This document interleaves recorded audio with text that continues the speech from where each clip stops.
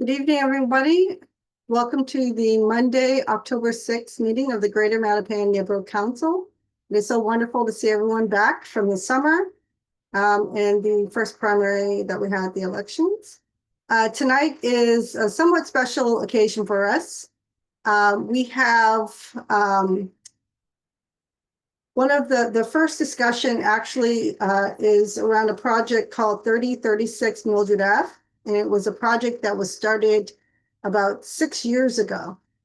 One of a Star Laws, the city-owned employee, she at the time was working in D&D, Department of Neighborhood Development. And she had brought to our attention 4 parcels to which the city would like to be developed. And she asked, would the residents with the GMNC come up, look at it and think about what would want to be developed there. And so we did. And with the help of one of my board members who also lives in Mildred Ave, Miss Lenora Pereira, the idea that came to fruition, that is coming to fruition, actually came from her. And it was something that she and her neighbors actually had thought of about 30 plus, almost 30 years ago, I'd say. Before the Mildred Ave K-8 School was built. And so Lenore and I went door to door to every home on Mildred Ave and spoke with the neighbors to come up with an idea about what they would like to see there, whether it is housing, community garden, or both. And she and the neighbors decided both, and that it would be a special project that would unite the community. But more importantly, it would build intergenerational relationships between the residents who live on the street and the children and staff at the school. And that was written into the RFP at the direction of Lenore. So she told me what to write, and I wrote. We're fortunate, Lenore right now, even though she's not feeling well, her son, Azan Reed, who is a current GMNC board member, does have her available. Azan, if you could come. If Miss Lenore, is she still on screen? Yeah, she's here. Oh, we can't see her face. Oh, there she is. Okay, so if you could mute yourself, Azan, and unmute your mom. Unmute your mom. Hi, Miss Lenore? Yep. Okay, so you don't know this, but we decided to surprise you. What's that? So do you remember about 6 years ago, you and we went walking to all your neighbors on Mildred Ave and asked them what they would like to see on the 4 parcels? Yep. Well, it's coming to fruition. And it's all because of your idea.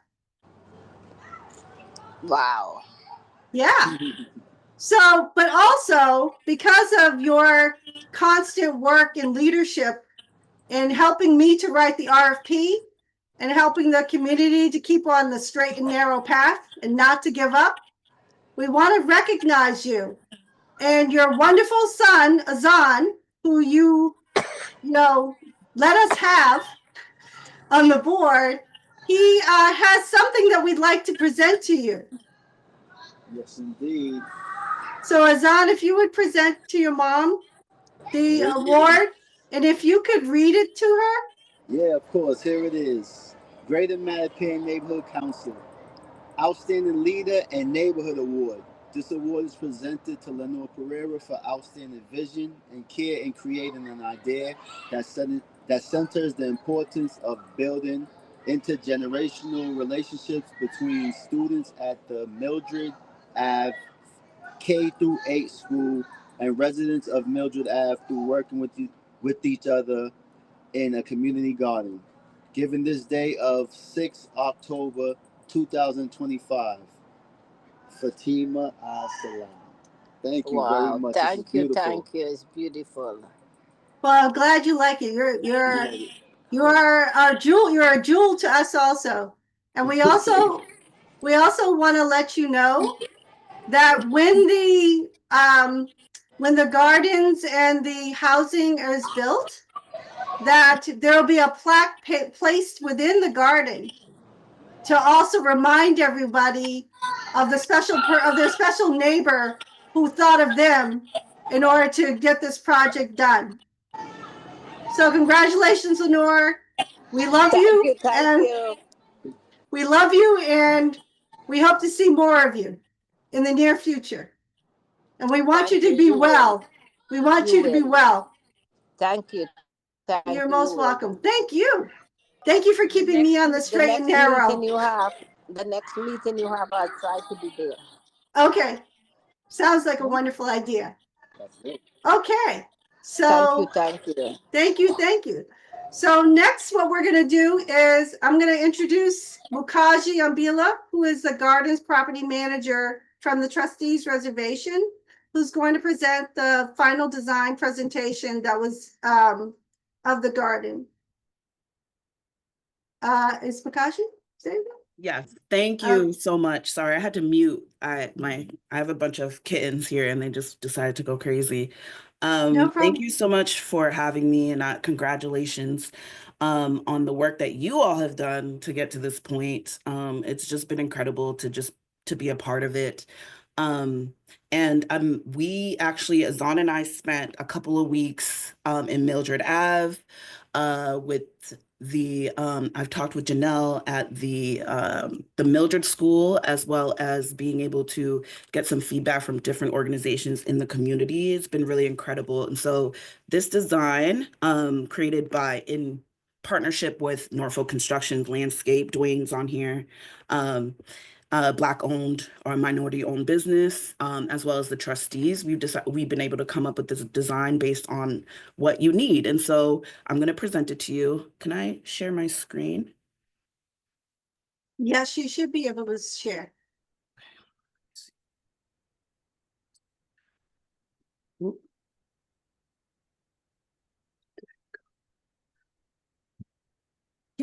Are you able to share? Yes, I believe. Okay. Okay. Right on. Yeah. Okay. Okay. And folks, sorry. Okay. This is the final garden design that we have come up with. I've zoomed in a bit. Let me see. So that we can actually see it.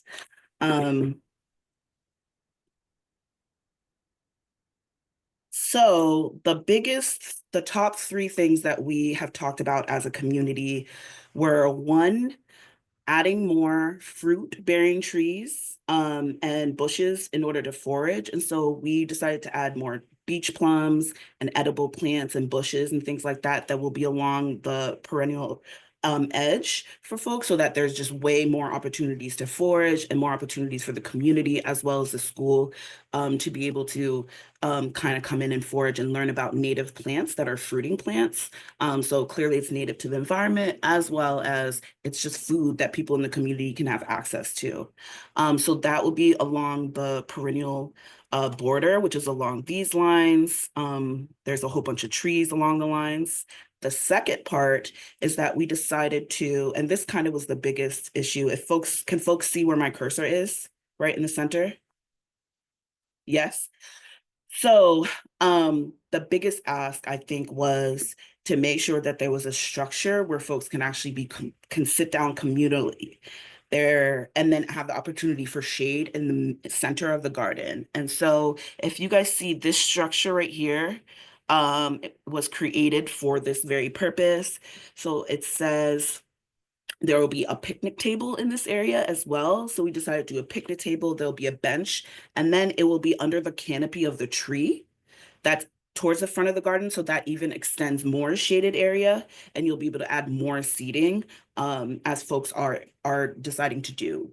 Anything, community groups. We want the school after school program to be able to sit there and have lessons. If people from the community just want to come in and sit down and have a picnic and talk with each other as well, having like a broader, bigger, because this tree right here, the shade kind of extends for folks.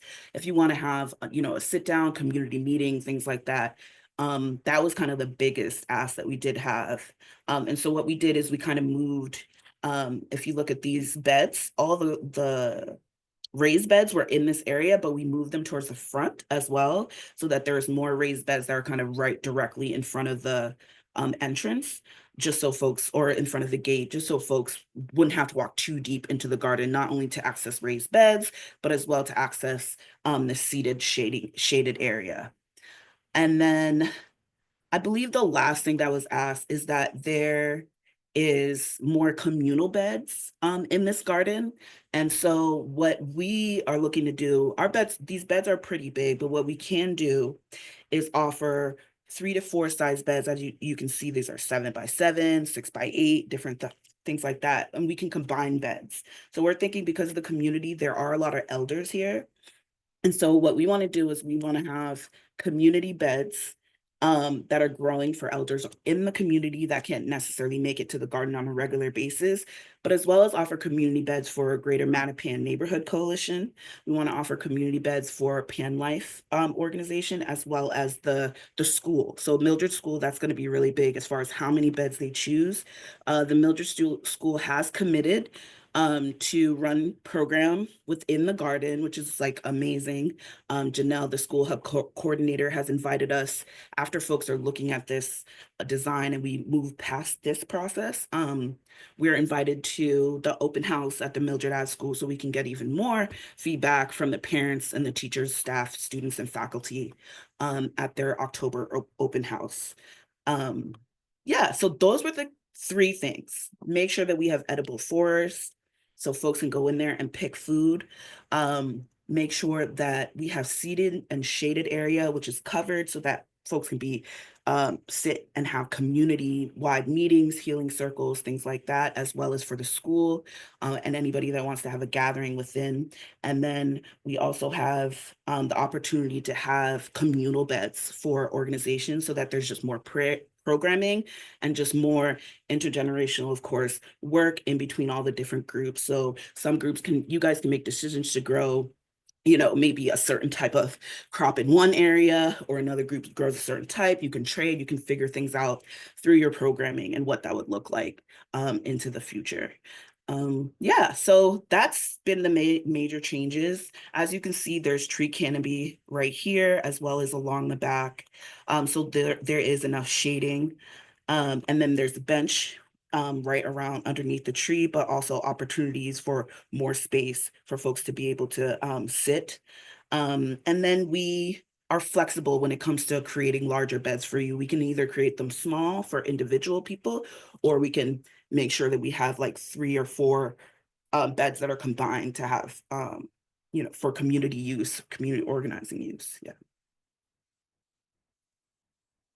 So the biggest changes were really like in this center. That's great. So I just wanted to say on behalf of the development team, it's been it really has been an very fruitful effort and collaborative effort between the community organizations and our team. We look forward, we know it's been a few years in the making, but we're looking forward to actually getting out there and executing this project. So, we thank you for your input to date. Certainly, this is not the last that you'll see of us. We'll make sure that folks are updated as we advance the construction process and, we get closer to implementation. Thank you. I also want to applaud your company for developing for sale low-income home ownership units, which is much needed for our community. And we really want to thank you for the thoughtfulness and executing and making it within a beautiful spot.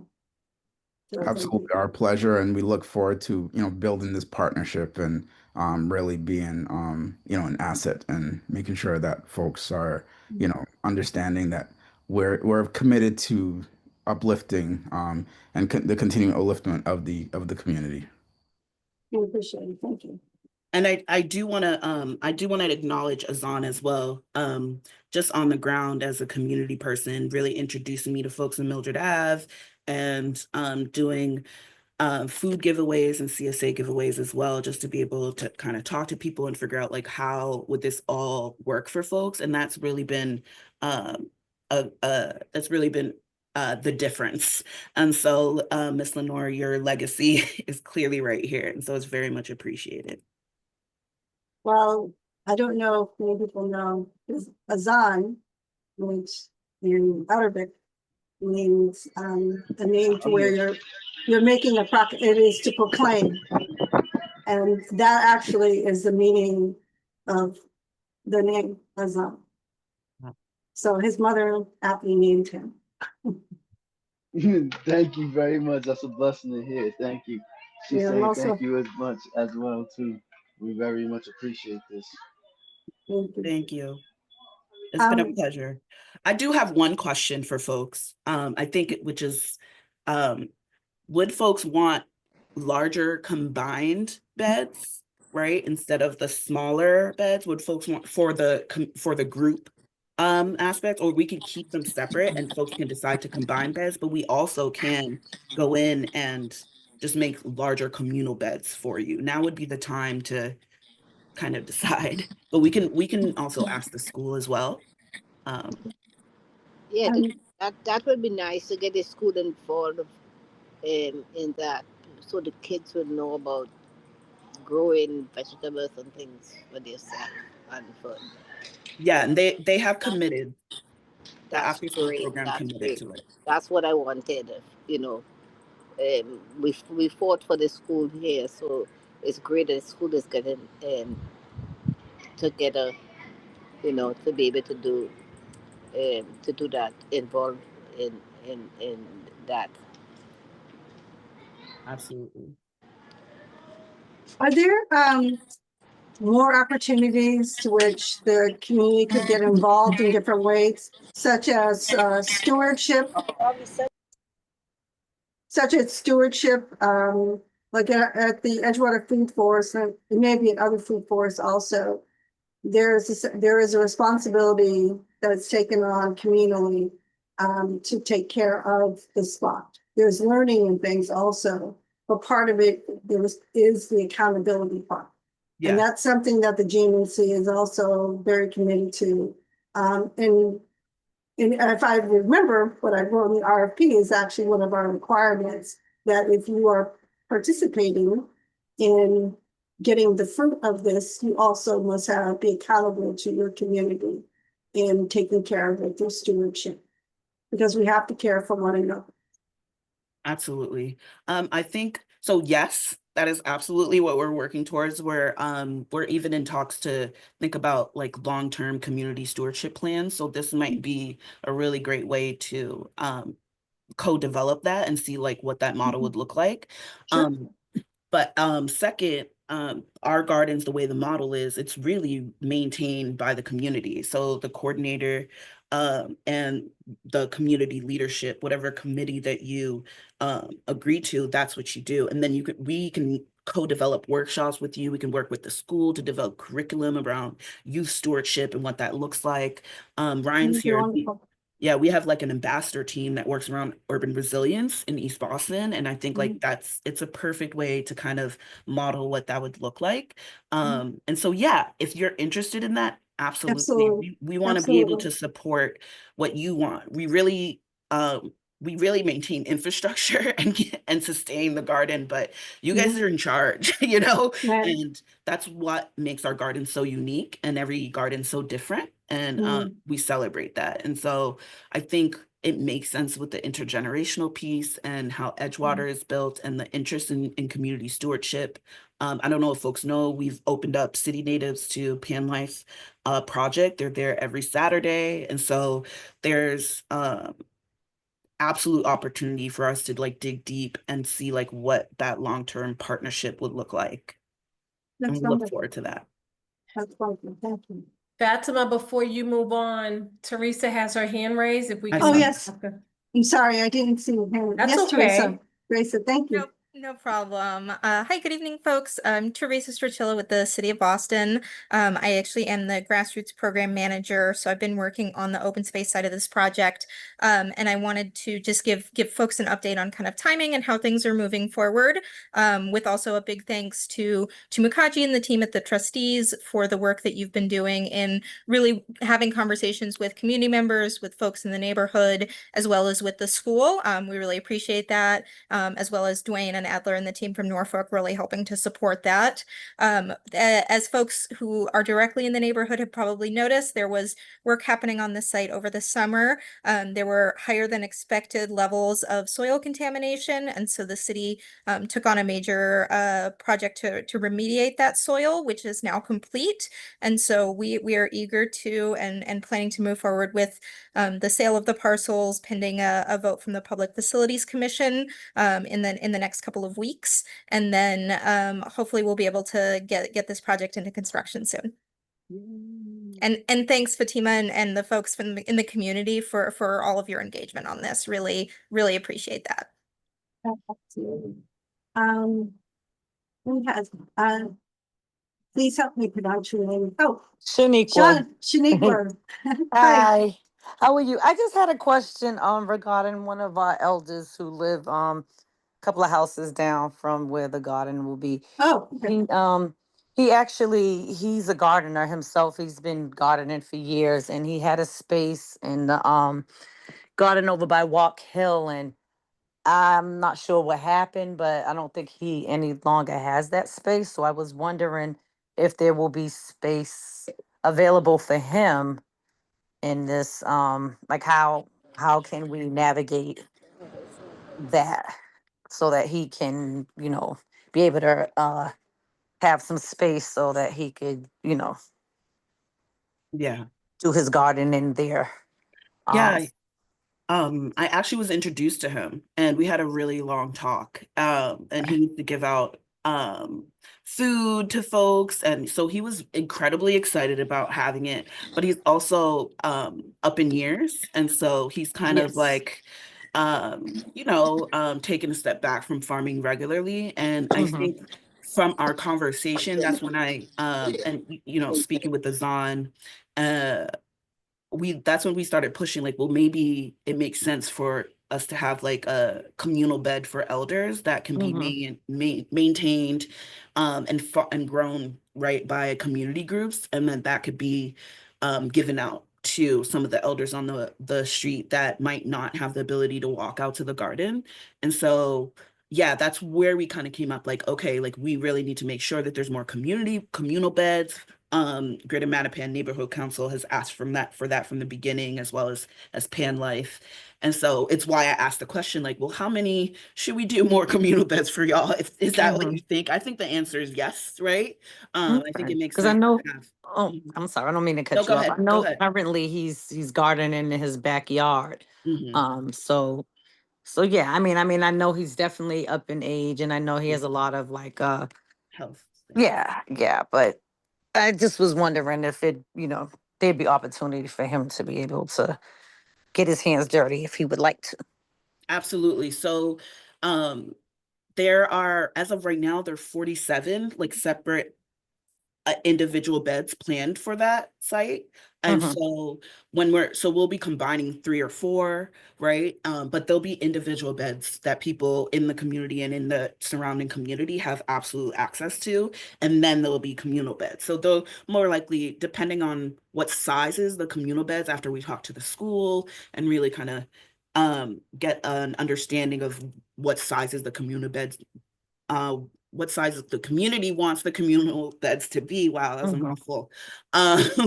Once we decide that, then we'll know how many individual, beds will be available for folks. But absolutely, there will be. Okay, thank you. I appreciate that. Okay. It's a great question. Leah? Thank you. Wait, Fatima. Someone else had their hand raised before Leah. Shanaka. Oh, she already Oh, spoke. that was just me. Thank you. Okay, bye-bye. Thank you. I got lots of eyes on this. I know for Lots of eyes. I knew you had it. Thank you, Fatima. Okay, I'm a senior, and what my question is about the shared bed. So since we're not able to say get there every day and stuff, how does that process work with the shared Um, ones? If we're interested in, sharing one, I guess, instead of having a whole one that I couldn't do every day or so. Yeah, the way that we do it, so when you guys decide who your coordinator is or your coordinating committee, then you guys decide how your beds are distributed. So right now I've been working with Azan and Pan Life Project. Azan is Lenore's son. So I would suggest, but it's up to you, that Azan be one of the coordinators for the garden. And so what would happen is Azan would go in with other community members, committee members, and then you go in and you label your beds and you decide how you're going to do that. It could be you're part of a communal bed and somebody from Pan Life or somebody from the school or somebody from Greater Mattapan Neighborhood Council, or I think I'm in talks with Mattapan Fitness Coalition as well, like would maintain, that plot while you can't be there. So everybody kind of pitches in, and then everybody also has access to the harvest. But ultimately, it's up to the leadership that you choose in the garden. It's up to you guys as a community. Okay, so do you have like a list that we choose from the leadership, or does We're gonna we have? we're gonna You guys are going to decide. we're gonna decide. We're gonna all get together and decide that. You guys are going Okay. to decide. We're gonna Azan is gonna help us to organize that, and it'll be an open process. Yeah. Okay. So Thank Okay. you. Don't worry. No worries. Okay. I don't yeah, want we you to can't worry. tell you how to do that. Yeah, that's up to No, y'all. don't worry. Yeah. Good luck if that was gonna happen. Yeah, and to make everybody feel comfortable too, like she said, there'll be like, Oop, I think we You lost can't Azan. reach. Yeah, we dropped you. If somebody can't reach a guard for some reason, we'll be able to probably drop them off some if somebody's handicapped or something. So everybody would get something for sure. Yeah. Okay. Okay. Oh, Kenya, you had a question? Yeah, I do. Is there an already established coordinating body or coordinator? And then the second question is, could you just describe for everybody on the call the role of the coordinating body, whether it's an individual or a team? Yeah, that's a great question. So no, again, you as a community, as Fatima said, you guys are going to figure out your process of who's going to be your coordinator, whether it's a committee, a individual, or a coalition. You guys decide that. The role of the coordinator is to, one, assign plots, maintain like day-to-day garden, just to make sure, like beds are cleaned, to maintain the relationship between the trustees as well as the community. So if something happens in the garden, something breaks, something's needed for maintenance, you reach out to us so we can know, because we do have 56 other gardens that we're overlooking. So you're really the person and the steward on the ground that coordinates for the community, knows mainly everything about the garden and the people in the garden. It's really an organizing job with gardening, right? And you also help coordinate workshops with the school, events, things like that. It's why a lot of gardens have committees. That makes more sense, right? Because there's different things and different strengths that people have. Yeah, and yeah, that's really it. It's really maintaining the relationship with the trustees, making sure the day-to-day garden work is moving forward. You set up cleanup days, you set up potlucks, you build a relationship, you assign the beds. We have a basic list of like garden rules at the trustees that we like to have, but you build your garden rules, so it is really kind of like an open Okay. open role. Mhm. Fatima, is Greater Yes. Mattapan Neighborhood Council responsible for deciding who that person is or that team is? No, we're responsible as the ones who wrote the RFP we take the responsibility to make sure that it's equitably distributed between the residents and the school members so that there's a balance. And that's Okay, so you guys are managing that? well, we're guiding. We'll be help guiding to make sure that it ends up where everybody wanted it to be and that it actually adheres to the intention that was written into the RFP. I still have the RFP. So I know what it's written. So Yeah, no, I just want to yeah. make sure that, because I mean, I haven't been a part of this process. I've known about it, but Yeah, this part I had not known, which is, I'm glad to hear that it's a community process. But I guess oftentimes when we hear about projects like this, there's mhm, always questions around management or maintenance and things like that. And so I think yeah. that should be clearly articulated for residents, especially those who are living near it. Well, it's sort of like also it came with the idea from the stewardship as I am a member of the Edgewater Neighborhood Association and was a steward of the food forest. It rotates and you really do need to make sure that the intention is always there. And it takes work, but we're going to keep working on this. Mukaji and Ryan will tell you, and others of the trustees, and Teresa from the city, that I have been the last 6 years very vocal to them about what they were doing or what I was trying to understand what they were doing. And we're, to their credit, they kept moving forward and made it happen. Yes, Miss Lenore, you have the last question of the night on this. You have your hand raised, Ms. Lenore. Azan, can you unmute your mom? I think she's trying to speak. Yeah, I have to go back upstairs. 1 second.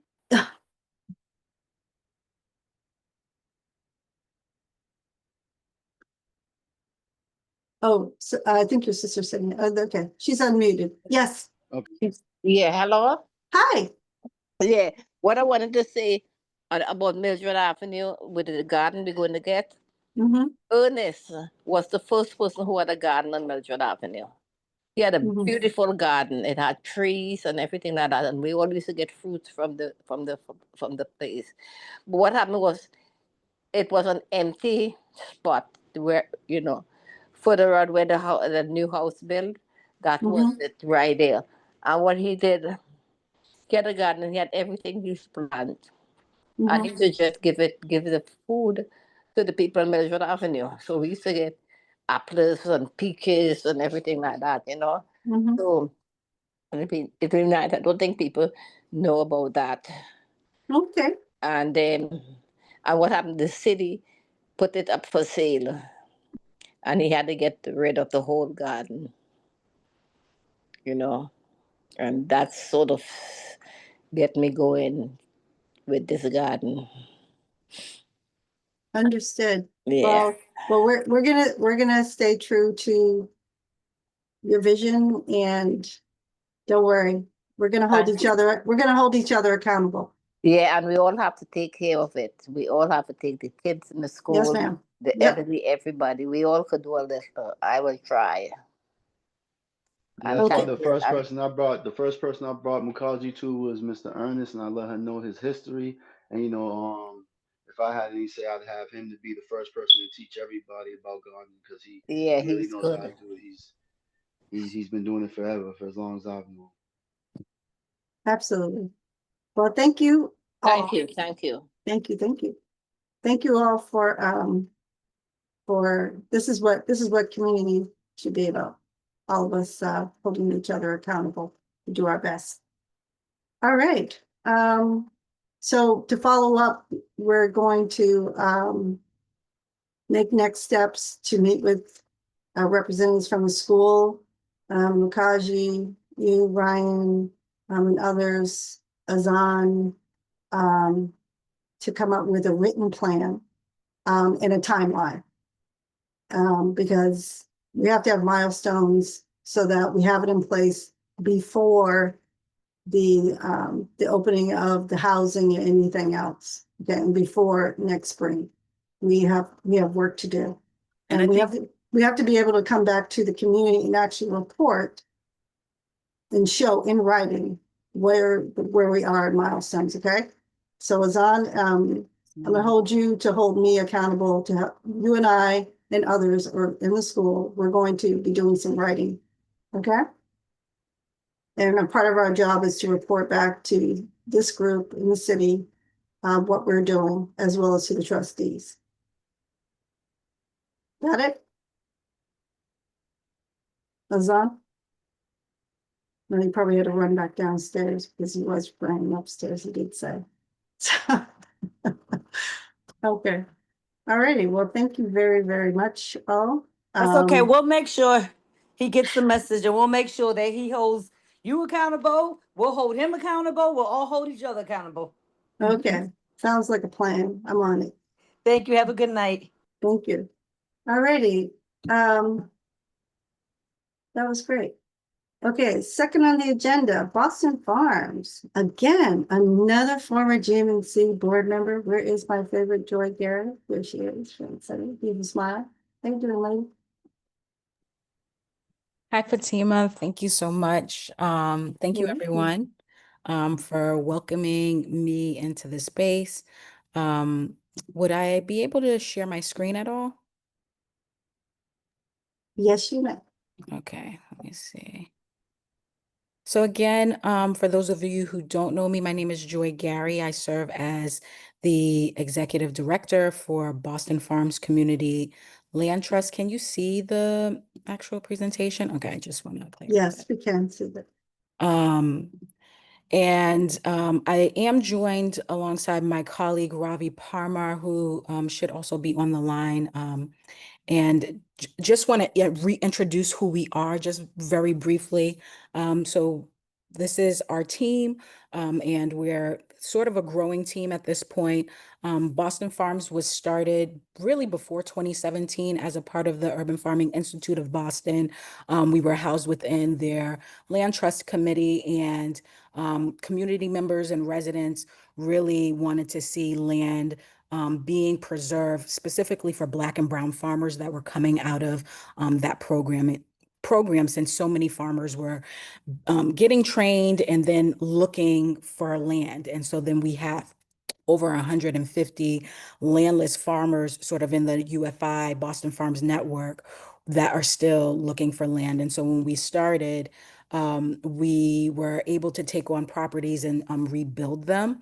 And then over the past couple of years, we've been, revisioning what it means to be a land trust, and have recently reformulated ourselves that we're now combating sort of the historical repercussions that we're seeing from land and food and resource loss from our communities, and making sure that we're not just building farms, but thriving ecosystems, both socially and as ecologically from the ground, and making sure that the properties are available for farmers to be able to build enterprises on to feed the communities, and that community members are able to be on the properties in whatever way that makes sense for them to do so, whether it's having just a green space that they can go to, or having a learning space for them to understand what's happening in the ecological sphere, or whether they want to have a farm or want to just have a garden or just get some garlic or some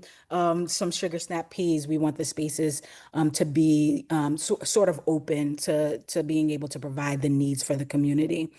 We currently preserve 5 sites. You should see them on the screen. Our most recent development was at Westville Farm on 100 to 106 Westville, which is now officially Lindstead Major Farm, that is being managed by Robin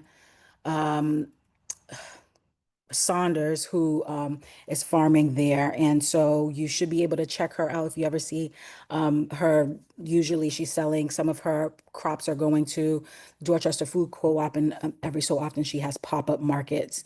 And 2 other things about us just really quickly is that our governance model is that we believe in land for us, by us. So our community is serving on the board, serving as staff members, and we are also constantly inviting more people to be a part of our committees as they're getting more activated.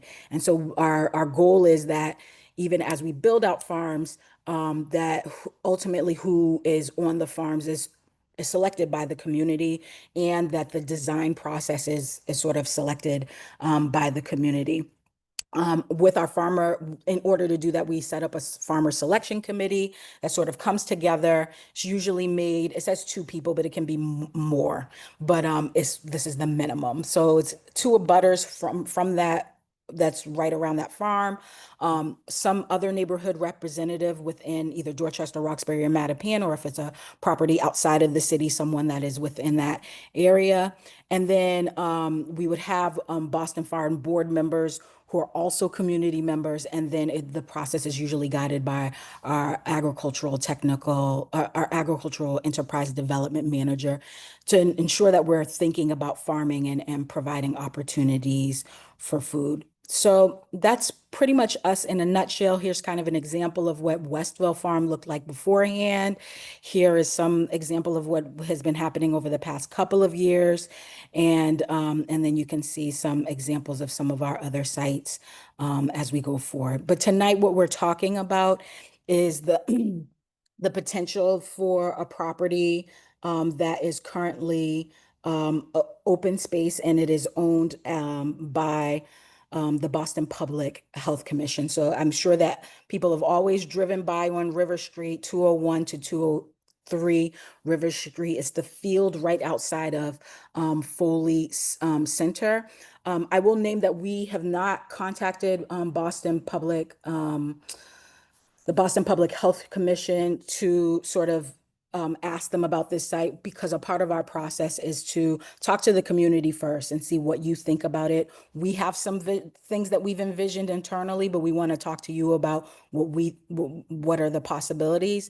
And then the city and the Boston Public Health Commission would do their own process. So this is not something that we own, but we did want to just sort of talk about what some visions that we see as we're looking at multiple sites all across the city and seeing what's happening. And we always want to just dive into some conversations. So I'm going to show you some preliminary, just some aerial views of the site. I'm sure people have driven by, but sometimes people don't realize when you go past that gate, there is this large there is a large field here, and I believe these 2 fields, although this is mostly rock area, are pretty open and available. In the past, it hasn't been activated very much so, but there has been, sometimes I think there were some concerts that may have happened on the site, and I believe they also use it for some events for the residents in the Foley Center. What we're proposing is that there can be an activation of this site and a design that could be put into place that allows for the community to be able to grow food and still just actively use this site. So the possibility of installing raised bed gardens that could be, fully equipped and accessible by both the residents there and maybe some residents in the community, having community seating areas.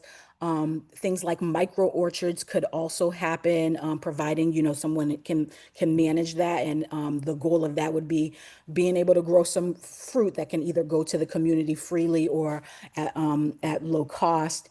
And then having a farm there, a space where it can be fully managed by a farmer to be able to grow, and then they would have either a greenhouse or a high tunnel or something on site, and then a farm stand, which could also possibly become a food hub. So then instead of there just being, an individual farmer only selling their produce there, there's the possibility, depending upon who ends up being the final farmer, of the aggregation of food from different sites that we manage, but also from the farming community in general.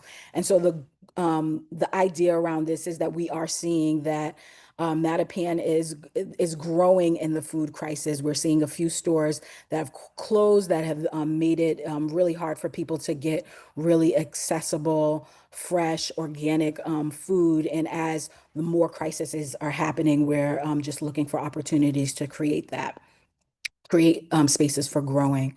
This is a sort of a preliminary sort of aerial view of things that could happen, which, like we were saying, or like I was saying earlier, is just like these would be initially, raised bed gardens. Much more may be able to go on that site, and all of it is pending, what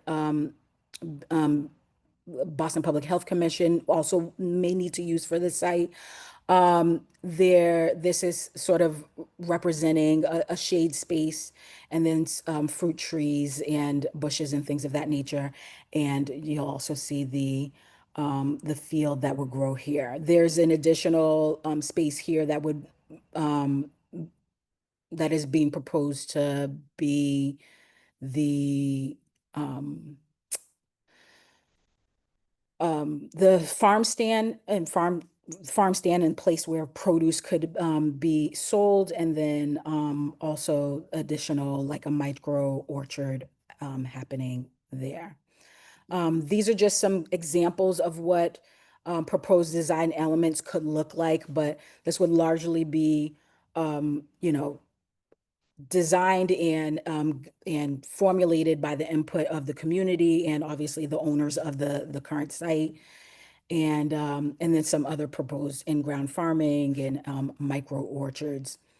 So I'm going to pause here to see initially if people have questions about the site, what we're proposing, maybe some elements of the process. I do know that we have a couple of people from the city that might be able to answer questions that I cannot answer that may be very specific to this site.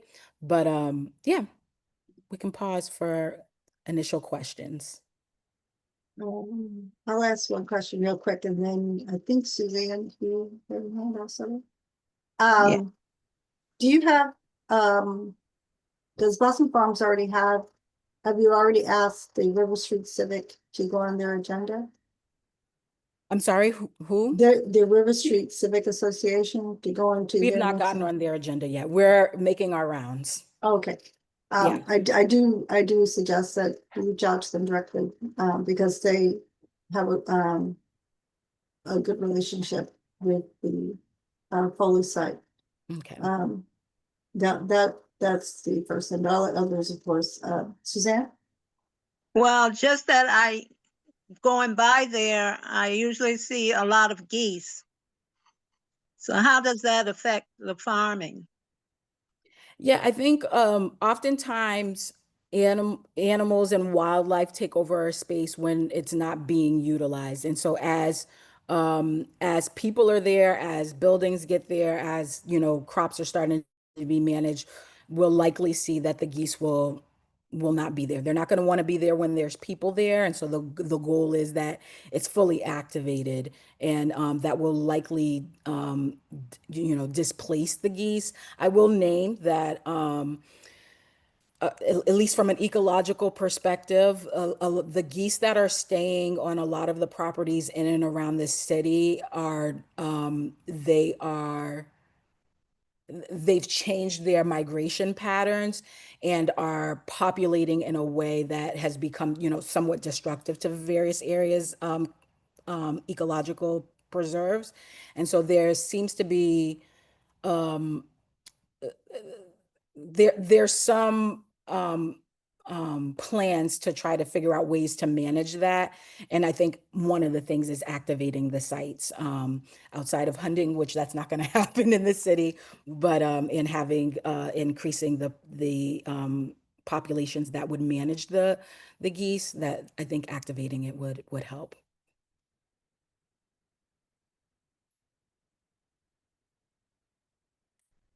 Any other raised hands that I might see? Okay, I'll ask a more specific question. Does anyone have any reservations around farming or gardens or anything of that nature and happening on this site preliminarily?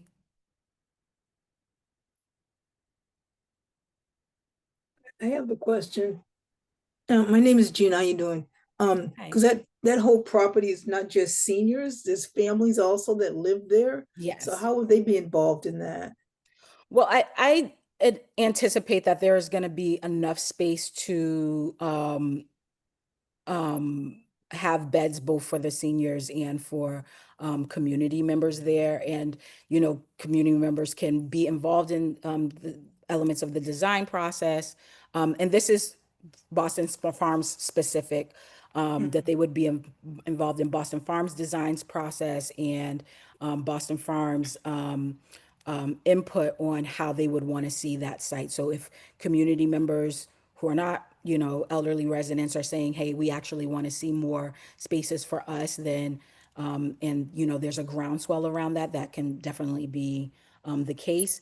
They'll also have access to that food. One of the things that we have been inputting in many of our designs is making sure that we're designing at least some elements of the space that is freely open to pick from the community. So whether it's the fruit trees and fruit bushes or annual plants that are growing along the side of the fences so that people can just be able to pick freely in season, so that, you know, they're able to do that.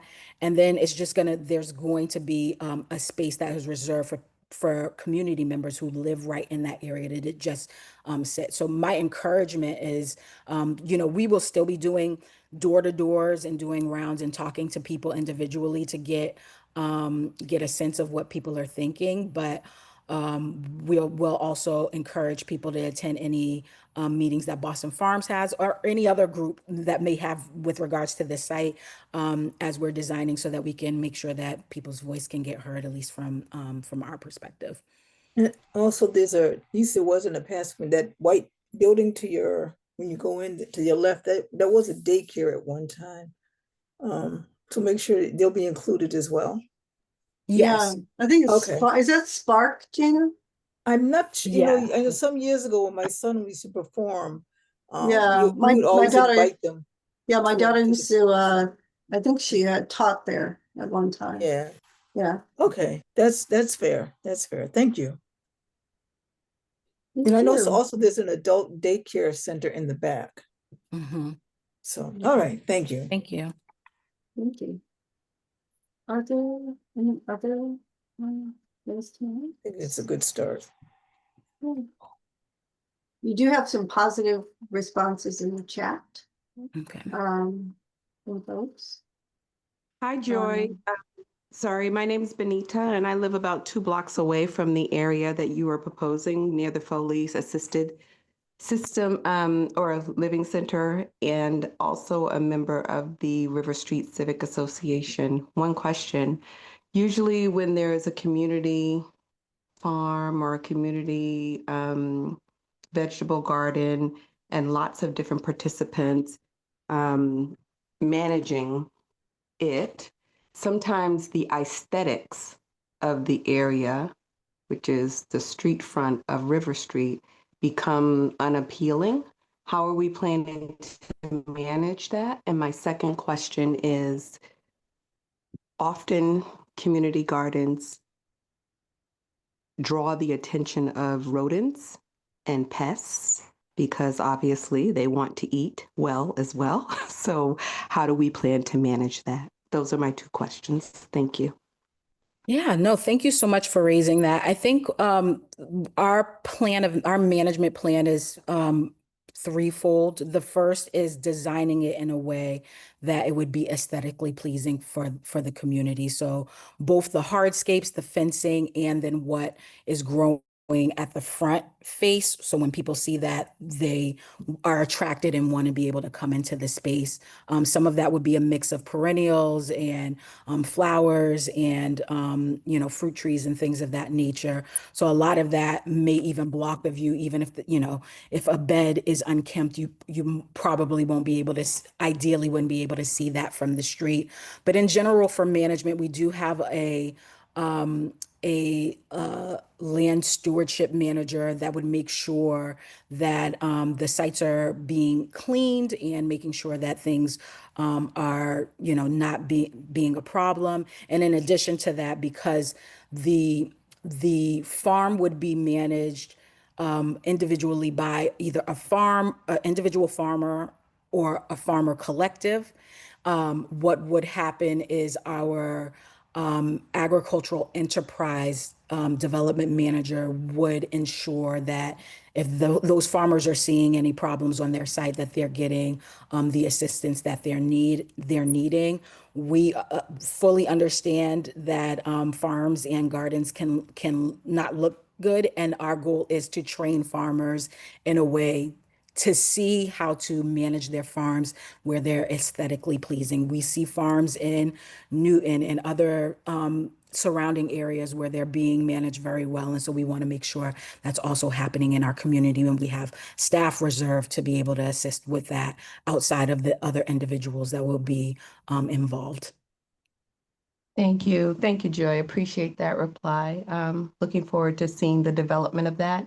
And then just one last question. If it turns out as nicely as you're describing with the community garden and with the beautiful floral front, it will be a nice, and some seating, a nice draw just to enjoy the day out. So I'm sure that people will drive up, even if they're not partaking in the garden, just to enjoy the area. Will there be designated parking for folks? Because you cannot park on the left and the right side of that part of River Street. We would have conversations with that, both with both the city and the property owner to see what we can do with regards to parking. But we'll take note that parking is always sort of an issue in the city, and so we would want to make sure that we're managing that in some way. Awesome. Thanks again for your response. Have a good evening. You're very welcome. Thank you. Thank you, Benita. Thank you, Joy. Let's see. There's a food pantry. Also, nearby. Yeah. Okay. So what the next steps that for you are to keep outreaching, I guess, to the River Street Civic Neighborhood Association, but also, of course, to speak to the Boston Public Health Commission. The next steps for us, we would, sorry, because my connection is now saying it's unstable. Good thing it's at the end. So for us, we're going to you'll see us again. You'll see me and my team will be coming out, probably talking to people. We'll speak with Boston Public Health Commission and any other players that might be thinking about this site preliminarily. We recognize that if it even does go up for it's not up for RFP at all at this point. And so if it does go up, we would not be leading that process.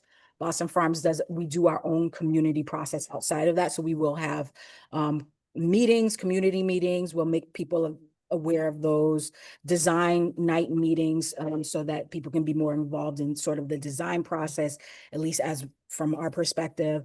And then, if you're feeling like preliminarily you want to put in some support, because it will be a competitive process if it becomes a thing that the Boston Public Health Commission wants to happen, then, but either way, we do have like some initial support. You don't have to do this now. You can always wait until later. Just want to make sure that we do some of our due diligence as things go underway. Feel free to either jump on this bit.ly, and you can also, let me see here.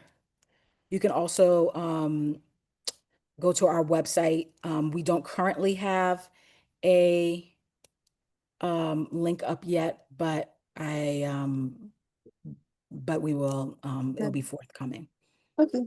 If you would like to forward the presentation or something else, flyer with the information you would like the community to respond to, we can put that up on the site.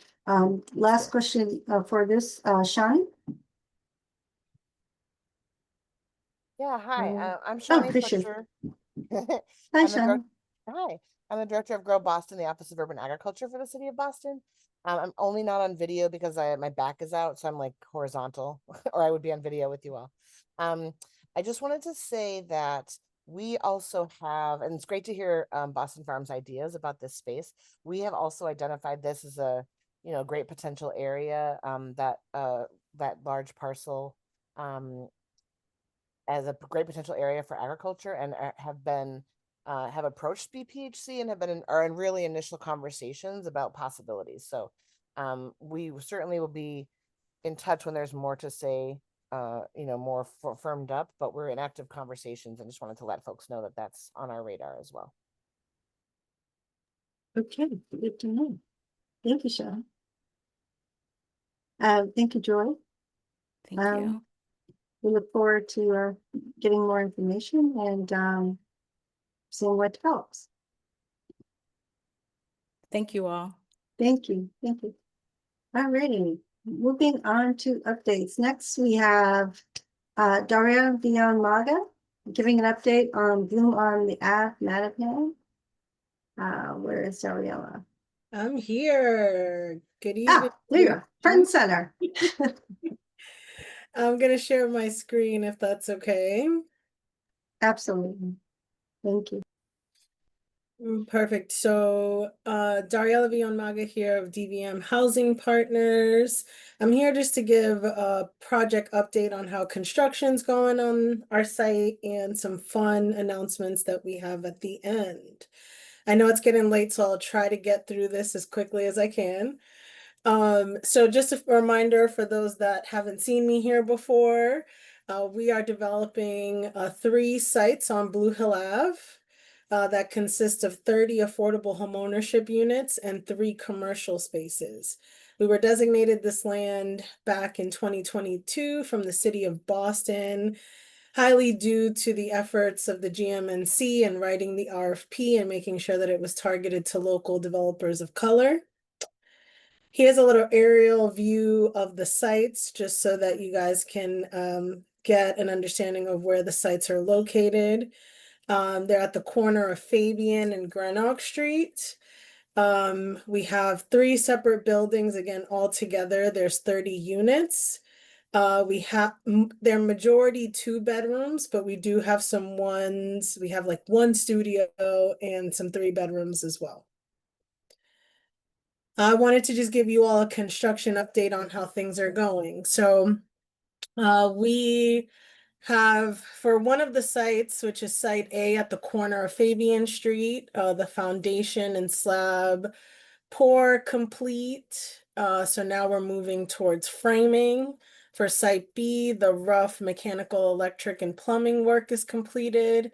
And I'm sure as you drive by, you see the exterior material installation. These buildings are a lot taller than what I thought they were going to be now that they're up, but they're at least in context with what's around them. Site C, which is across the street from both of the other 2 sites and next to the dentist's office and Fernandez Liquors. The foundation has been completed and there's underground utilities that are being put in. What's coming up? So for the site at the corner of Fabian, which is site A, you'll see on the picture on the top right-hand corner, framing is started. So we should be up to the 3rd floor in framing now. If you all drive by, you'll be able to see. For site B, we're actually aiming, that's at the corner of Greenock. We're aiming to finish construction there in December. And for site C, which is right next to the dentist's office across the street, we're pouring slab and framing should start. So you also see that going vertical in Q4. The fun part is we also have the lottery process that's going to start soon. So I'm actually going to go in the chat. I can't find the chat, but once I do find the chat, I'm going to drop in a link to our housing interest form. So we at DVM manage the lottery process for the units that we build. So if you enter your information in our housing interest form, we'll make sure to share the lottery opportunity with you via email. So if you want to connect any of your family members, any of your neighbors, any of your friends to these affordable home ownership opportunities, it's important that you guys sign up for this housing interest form and pass on the information to as many people as you can. Only with your help will I make sure that we can try to maximize the amount of Mattapan residents that get the opportunity to purchase these units at below market rates. I also wanted to share with you all where we are from a construction workforce number. So right now we have about 33% of the hours spent on site are from Boston residents. 9% are from neighborhood residents, so folks that live in Mattapan. 85% of our hours are being worked by people of color. 2% are women, and 29% is Section 3. Section 3 are folks that either live in public housing or are affiliated with project-based subsidy, which is Section 8. So we could improve, but I'm pretty happy with how numbers are going so far. I think as the other two sites go vertical, we'll see these numbers improve. So I'll come back and let you guys know how we're doing on that. Another update I have is some of the council members were a part of helping us choose the two buyers of the commercial spaces that we're going to have on the ground floor of these buildings. We've made a selection and we have two local businesses that are going to buy the commercial spaces that are on the ground floor. One of them is a family affair. It's a mother and son duo. They currently manage a store, Body Stone and Soul in Jamaica Plain, and they're being displaced. So they're going to bring the store to the corner of Fabian Street. The mom also doubles, excuse me, as an HR. She also runs a HR startup business. So both of those businesses will be running out of that one space. For the space that's at the corner of Greenock, we've partnered with Sedity Lifestyle Studio that currently has a space in Milton, but is owned by a Mattapan resident that was born and raised here in Mattapan.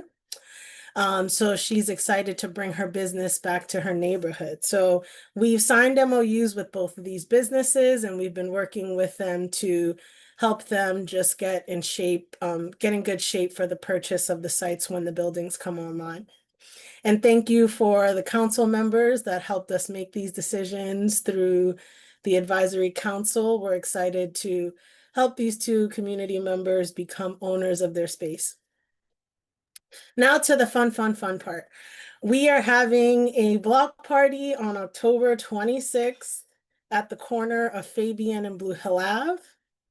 We're going to block off the street. We are working through permitting right now and are in good shape with that.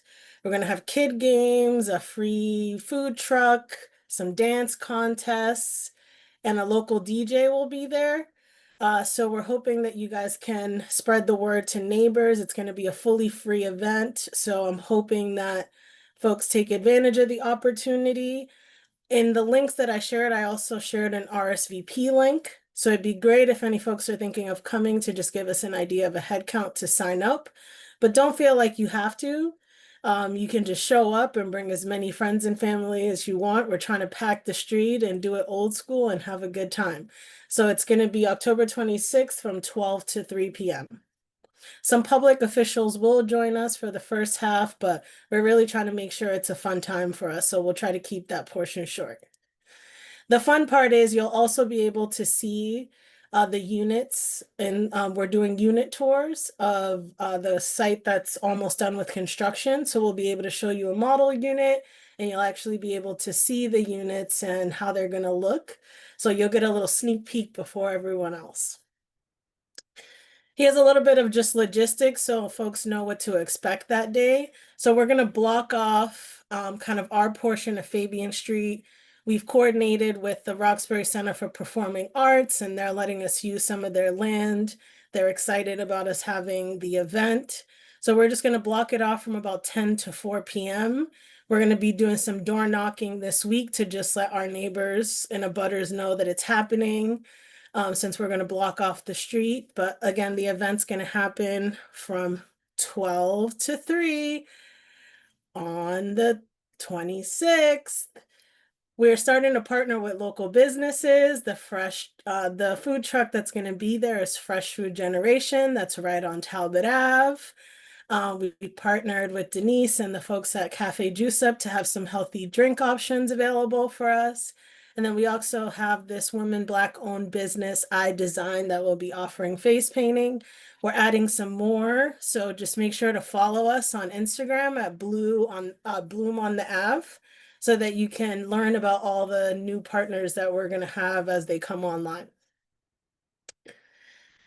Here's again the code to scan if you guys want to RSVP, but again, no pressure. You can just show up the day of. Everyone's invited, everyone's accepted, and I want to see all your faces there. You guys have been truly supportive of all the work we've been doing thus far and hanging in there with us, so I appreciate your patience. I know there's been a good amount of construction work happening on Blue Hill Ave, because we're improving some of the infrastructure, both on the electrical and fiber optic side, not just for our project, but also for the neighborhood.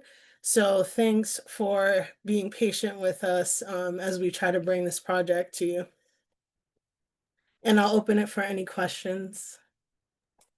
Yes, I have a question right quick. So the people that are potential to buy the condos, what kind of help are they getting? Are they getting what assistance? Are they getting first-time homebuyer assistance? Are they, if they've never owned a place before, what are they, because you want them to own it to keep it. Yeah, so typically the requirements are that folks have to be first-time home buyers, and if folks sign up for our housing interest list, we typically connect folks with lenders that are familiar with first-time home buyers. We also connect folks to resources through the city and the state for down payment assistance. And we hang around for about for 2 years after the condo association is established, just to make sure that as first-time home buyers, there's like a supportive transition. So I think we'll be there to try to help as much as we can in terms of connecting the first-time home buyers to resources to buy, but also once they become owners. And what is the HOA fee? So it ranges. It averages about $450. It depends on the size of the unit. Okay, thank you. Mm-hmm. And when the lottery starts, we'll be sharing like the exact information with everyone on what the condo fees are per unit type, purchase price, etc. It's just that we're pretty confined due to the affirmative fair housing marketing laws of only being able to share that information when the lottery starts. And one quick question, like, do they have one bed? So what's the 1 bedrooms to what, 3 bedrooms, or what is the ratio? We have one. I'm going to go to my slide so I can tell you exactly what it is. We have one studio.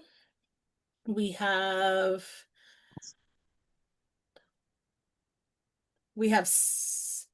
2, 4, 6. We have 10 1-bedrooms, 16 2-bedrooms, and 3 3-bedrooms. And what about parking?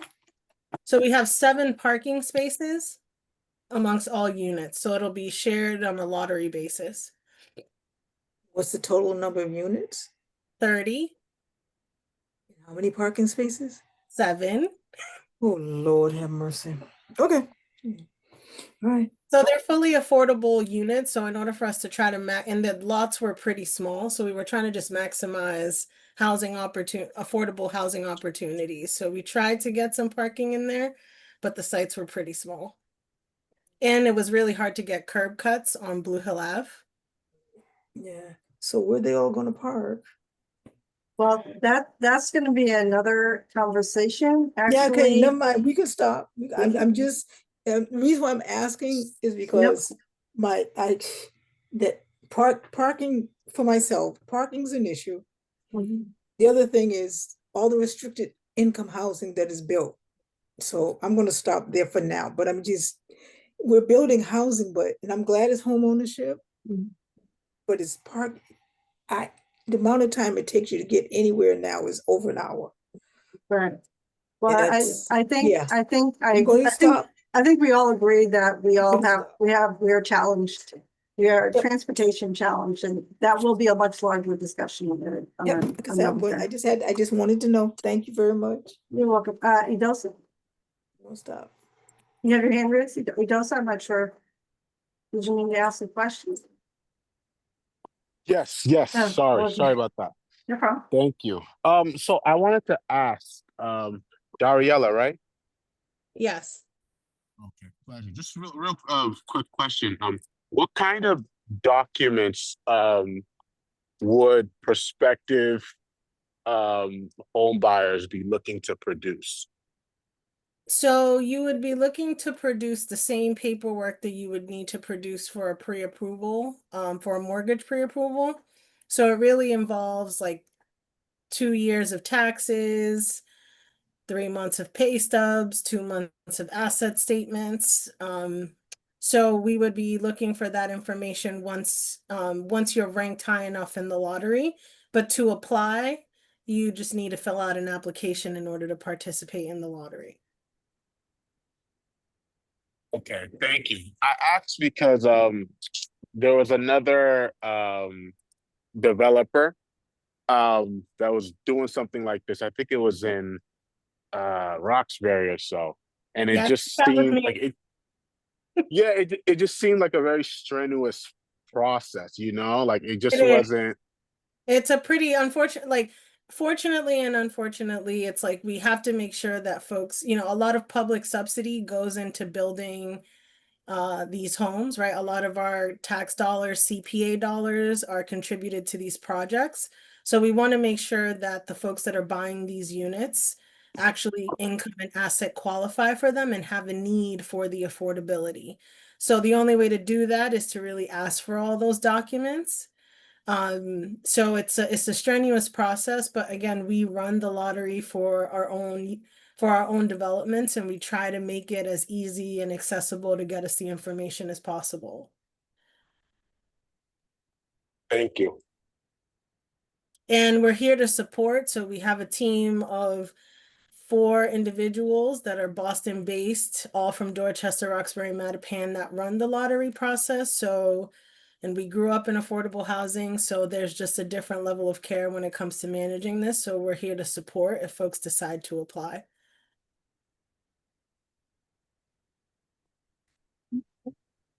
One more question, Benita. Thank you, Joseph. Hi, thank you for taking my question. Just quickly, and I'm sure you'll probably put it in the chat, but if we have a large scale vendor who may be interested in bringing the produce truck there and sharing, large bags of produce at a discounted rate, how can they reach out to make sure, they're first have space to put the truck and that it's acceptable? Yeah, so space is a little bit of a challenge for us right now, just because of all the activities that we're trying to have, and we're not trying to impede on Fabian Street's residents' way in and out of their street. So but I will share the email for folks that are helping us with the logistics of the event in the contact. And I think if we get the information from you on kind of how big the truck is, etc., we can see if we can make it work. Awesome, thank you. Yeah, so I hope you get it. It's bloomontheave@gmail.com. And worst case scenario, Fatima knows how to find me if you need other ways. Sure. This is true. Just one just one more. And what is the cost of the units? That's what I forgot. So the cost of the units, I'm not able to advertise that yet due to fair housing laws, but when the lottery starts, which will be towards the end of the year, we'll share all that information with you. So if you sign up for our housing lottery interest form, we send out emails to everyone on that list. I'm sharing it one more time in the chat. You can be the first to know when the lottery opportunity is available. Thank you so much for your questions. Appreciate that. Of course. And I'm around if you have other questions too, so I'll put my email in the chat and you can email me directly. Okay. I live on Almont, so I'm not hard to find. Thank you so much, Ariel. Thank you for the wonderful update. Awesome. And Thanks looking again for forward your to. patience with us on construction. At least one building's going to be done soon, so pressures will go down a little bit. Thank you very much. And don't forget, if anybody has any questions, please email Daryl. And if you can't copy the chat, I will copy it and send it to you. Next up, we have Pilar Delgado, the program manager for Open Streets, and Carly Fortuna. I'm sorry, pardon. I'm thinking it'll be Italian. Forcena or Fortuna? Forcena. Forcena. Okay. Thank you. You're welcome. From the outreach coordinator from Shana Brand Consulting. I'm not sure who's starting. I can start with a quick update, and Asia and Pilar can definitely fill in if I miss anything. Thank you to the Greater Mattapan Neighborhood Council for allowing us to speak for a few minutes. I'm Carlene Porcena, and I'm on the Open Streets Boston team. I work as a consultant on a variety of projects in the Greater Boston area, including the DVM project that you just heard from Dariella. So super excited to hear all that's happening in Mattapan. We wanted to just come on to share some information about the Open Streets Boston event in Mattapan. So hopefully you all are seeing some of the marketing and flyering in the square, but it will be taking place on Saturday, October 18th, and the time is from 10:30 a.m. until 3 p.m. It starts on the corner of River Street and Blue Hill Ave, and it goes up to Babson Street. So it's a much shorter route, but because of the way the streets are constructed, we're actually able to use both sides of the street. So I think we'll still get a lot of activity and engagement, which our team is really excited about.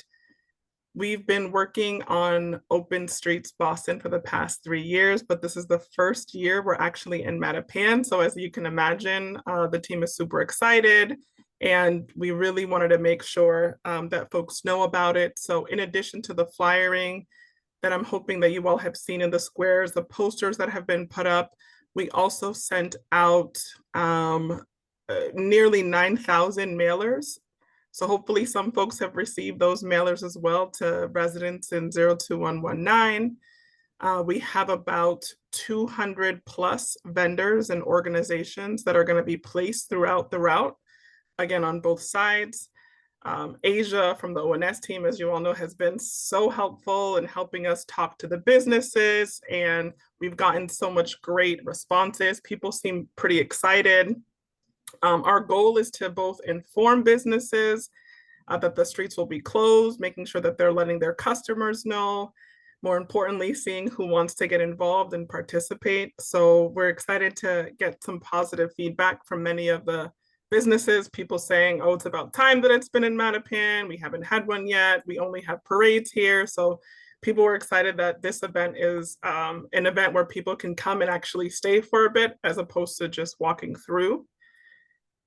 As far as activities, there'll be everything from music, DJs, kids activities. We're going to have a Haitian band demonstration. And overall, it's just a really good opportunities for people to meet each other, for people to actually pause and go into some of the businesses, people to check out the vendors and resources that we have participating. And just a couple of other really important things, because the streets are closed, what our team does is a week before the event, we go out and flyer the cars that are there and the businesses one more time to just let them know that there'll be towing of any cars that are still on the route after a certain time on that Saturday. So we really do all that we can to make sure that there are no unnecessary towing. We'll go again 2 days before and do the same thing to just re-emphasize that the roads will be closed. We also have updated bus routes for that day, for that small section. So people who are traveling on public transportation, their commute won't be too, won't be messed up too much that day, and their normal schedules can be taken. And I think overall we're just really excited that we're finally in Mattapan. We're hoping for good weather, and open to answer any questions that folks might have about open streets. The GMC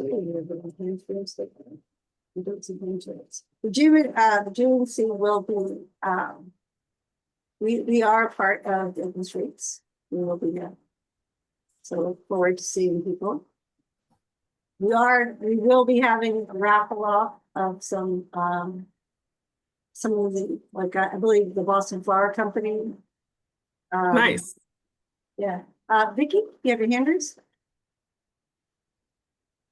Come off mute. Yep, I'm here. Sorry. You have to unmute again. I'm sorry, Vicky. I accidentally pressed mute instead of unmute.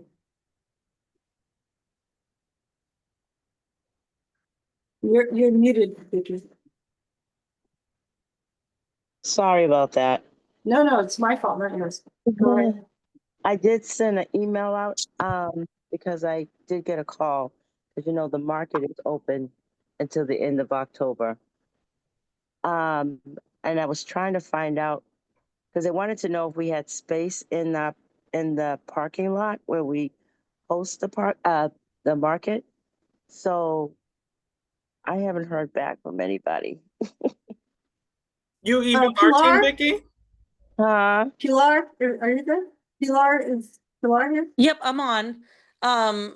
Vicky, I know you asked a question about the parking lot. My question to you would be, did you happen to fill out the programming partner form in the Open Streets website? Yeah, Chevelle and I both filled it out. I didn't know that she filled it out, and I filled it out. But no, that's great. Yeah. So what I was saying was that in the conversation we had, did you still need spaces for vendors? That was kind of what it was. Yeah, no, I know exactly what you're talking about. I'll connect with you offline.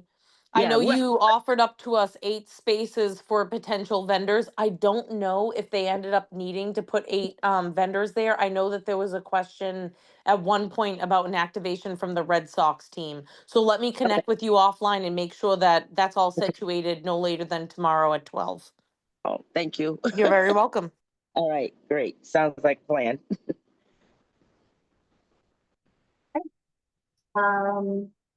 Let's see, are there other questions around open streets? There also is on the same day later on after open streets, the Mattapan Teen Center. What was the Dietrich Block Party? Is that the right full name? So it's we're beginning at one end of the hill. We're just working our way on up. All good things. Right? Any other questions? Dennis in the chat.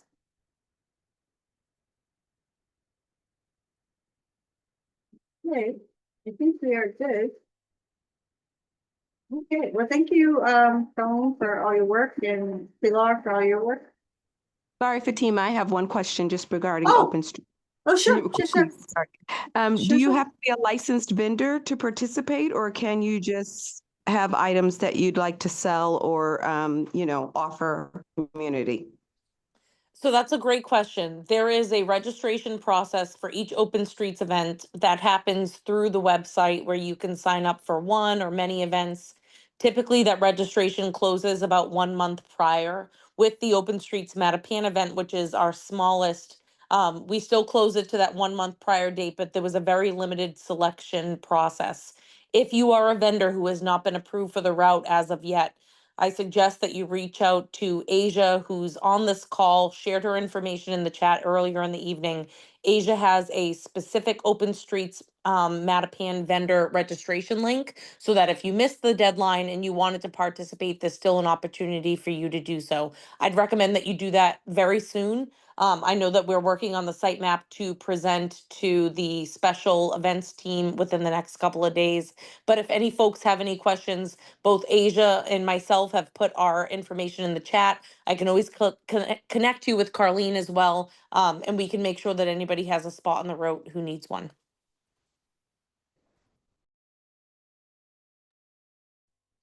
Addressing a couple other questions that I see here in the chat. There's a question about a map available that day. We do have a map posted on the Open Streets website right now that shows the Open Streets Mattapan route cut up into zones. Zones typically provide wellness, city resources, or activities for children. You can find that information on the Open Streets website. As we get closer to the event, that information will be updated to reflect the vendors that will be in each section. So when you show up that day and you're navigating the route, you can see which vendors are placed where, and it'll give you an idea of where to start, where to end, or where to hightail it to a vendor that you might want to check out that day.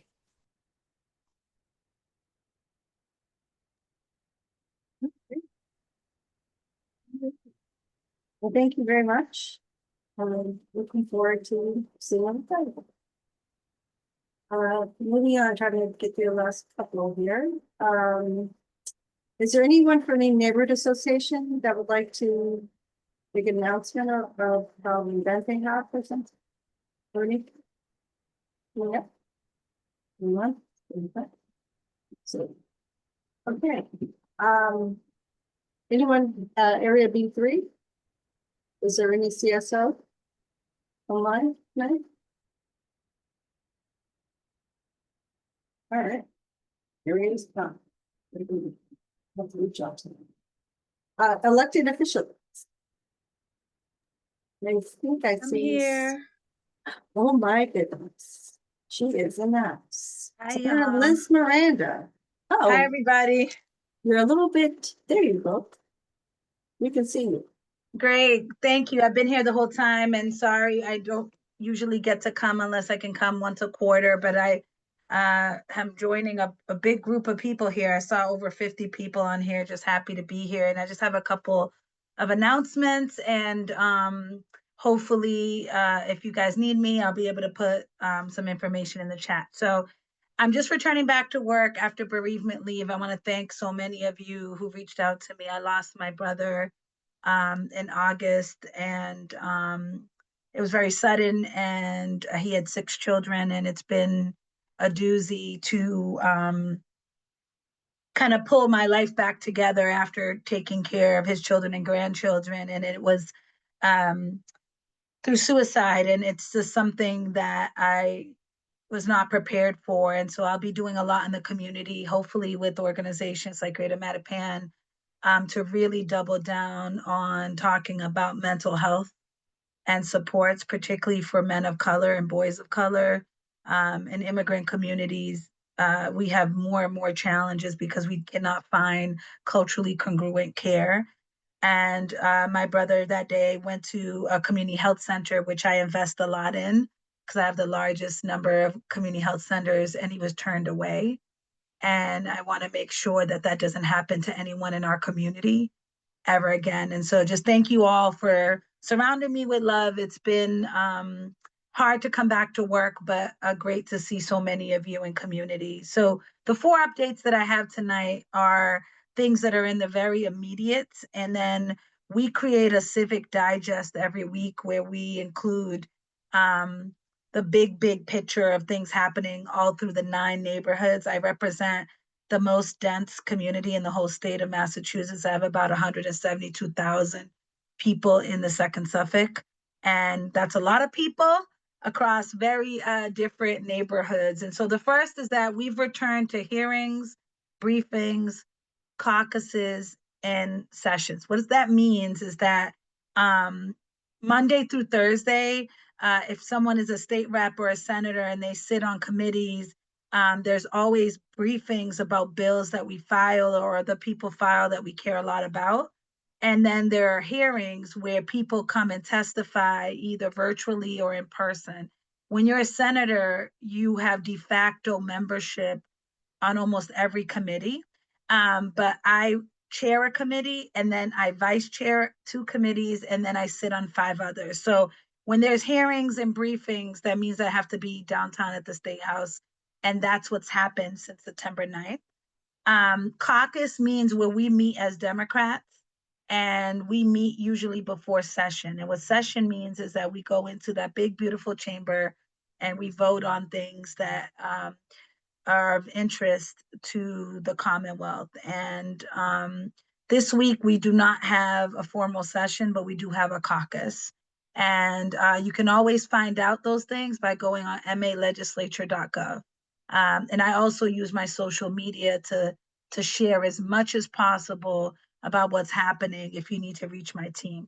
The second update is I opened in August, late July, August, a district office at 350 Blue Hill Avenue. It's beautiful, it's accessible. I tried to put it in the middle of the district, whether you live on Huntington Ave or Mission Hill, or you live in Hyde Park or Mattapan, that you could get to this office. And I also wanted to make sure that it was right on the Ave. You just heard from Bloom. The Ave is experiencing a renaissance. It has it in like 40 to 50 years. And it's just beautiful to be a part of this. It also has lots of challenges, and making sure that my office is in that district is ensuring that we're connected to all the things that are happening in community. The third is, as you can see, the federal government's assaulting everybody, but particularly progressive cities and states. And troops are I just heard, I got an alert, troops are in Chicago. My friend's father, who's an African-American veteran, was arrested last week and taken into ICE custody. These things are happening. And so my office, along with Lawyers Committee for Civil Rights, and with electeds in each neighborhood that I'm doing these trainings, and Malia Lazou, have been doing these bystander trainings. You can do something. You can help somebody. And the next one is on Wednesday in Hyde Park. And I'd love to work with this committee, this civic association and others to do one in Mattapan. We did one in Roxbury, Dorchester, and Grove Hall. It was standing room only. And we're going to move it through every neighborhood so that way we can know what to do when we see ICE in our communities. How can you protect yourself, your families, and our community members? The only way we're going to get through the next 3 years together is by having mutual aid and really focusing on community. Boston has always been a leader. Massachusetts has always been a leader. It's going to be really hard. But if we don't stick together and protect each other, we're all susceptible to the crime that is happening right now against humanity. And the last update I want to share is I chair the Racial Equity, Civil Rights, and Inclusion Committee. And that's just a fancy title for basically everything under the sun that has to do with what we should be protecting at this moment. And we have a hearing on the 14th, and we have broken up our hearings by like topics. And the next topic is on DEI and higher education issues. Why is this important? For those of you that don't know, although I have like a little corner in Reedville, I saw Councilor Pepin's district map thing, and I think I should put the map there because a lot of people get confused. I do not represent the whole city. But I have a corner in Reedville, and then I go all the way to where Northeastern and MassArt is. So I have 5 colleges in my district, and then the colleges that are across the street are not in my district, but they belong to a senator that represents Belmont. And he's very warm and understanding to me, because you can't separate the two. Like, just because I have one side of the street doesn't mean if a student is living in Mission Hill and goes to Simmons, for example, that I would turn my back on them. And these schools are their millions of dollars are being taken away.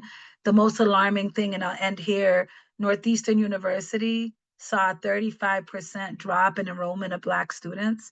If our kids can't go to Northeastern, located in a Black community, where can they go, right? And this is continuing to happen because of threats and fear and pulling of money. You can't say the word Black, you can't say the word disabled, you can't say the word gay, you can't say the word woman.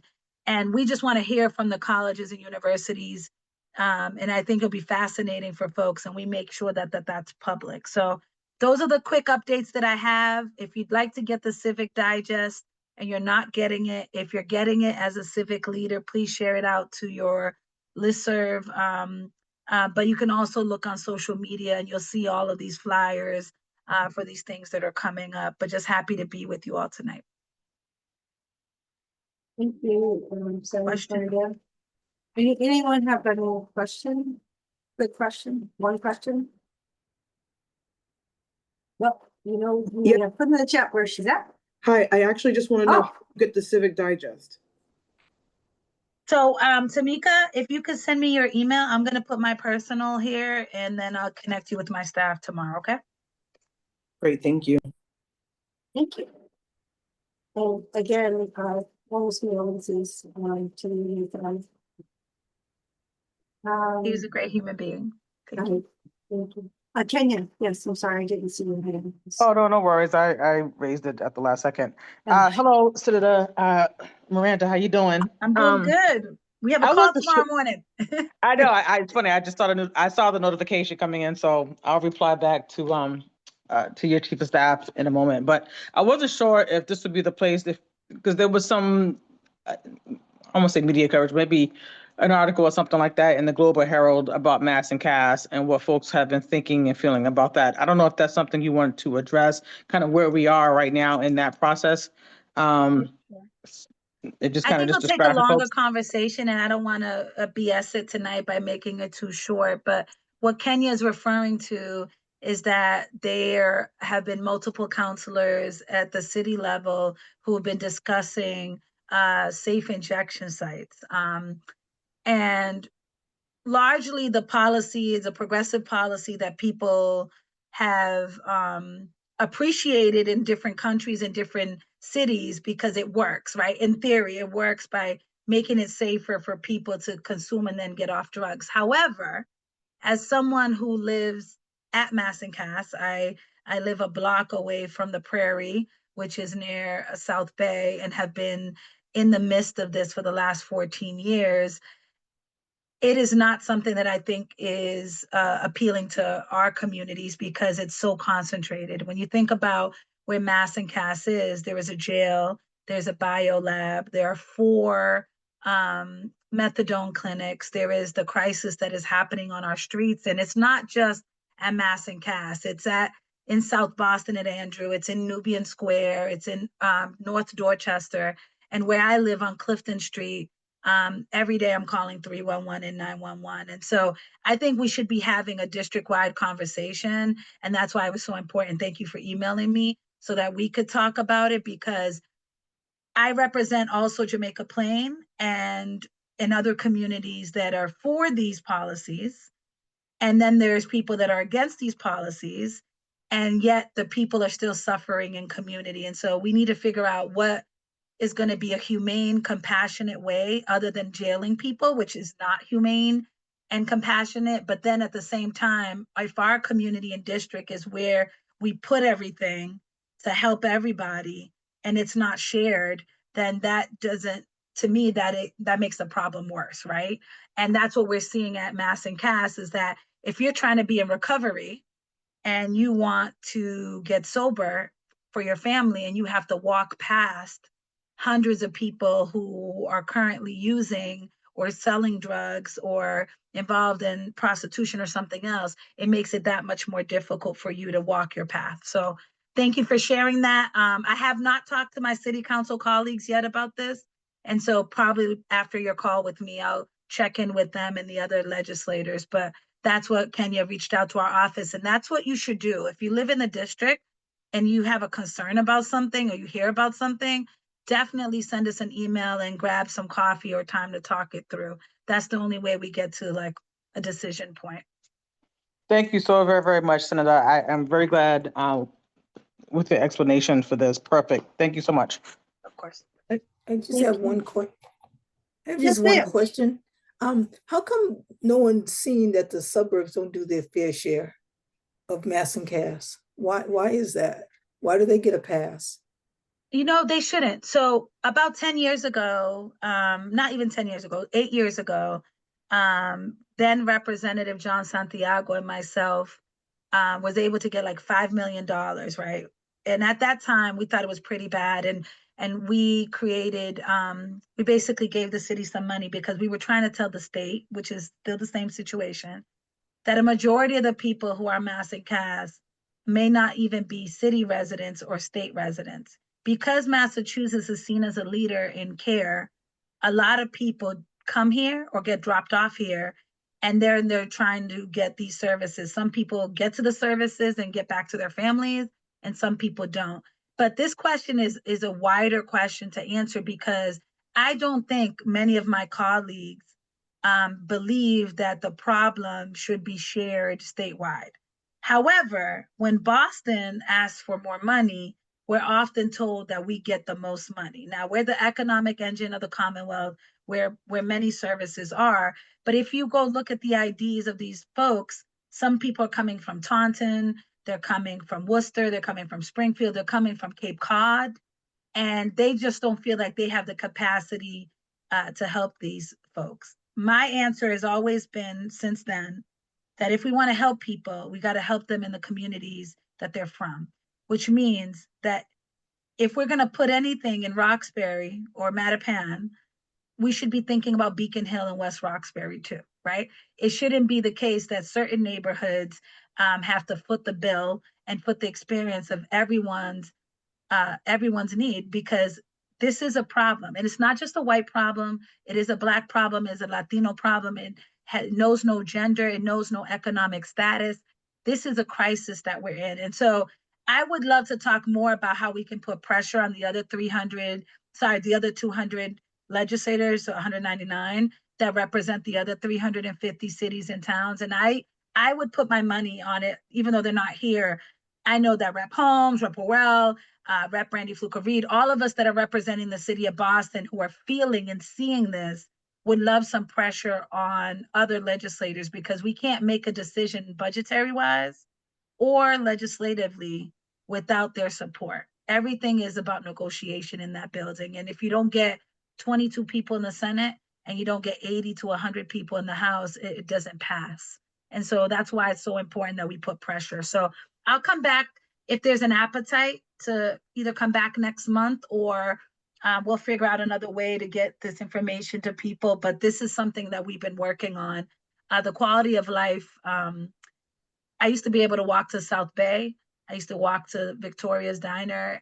We have Roxbury Prep is a new school that abuts our district right across the street, basically from my home. And people are in the streets from Dudley to Mass Ave. And sometimes you don't know if they're alive.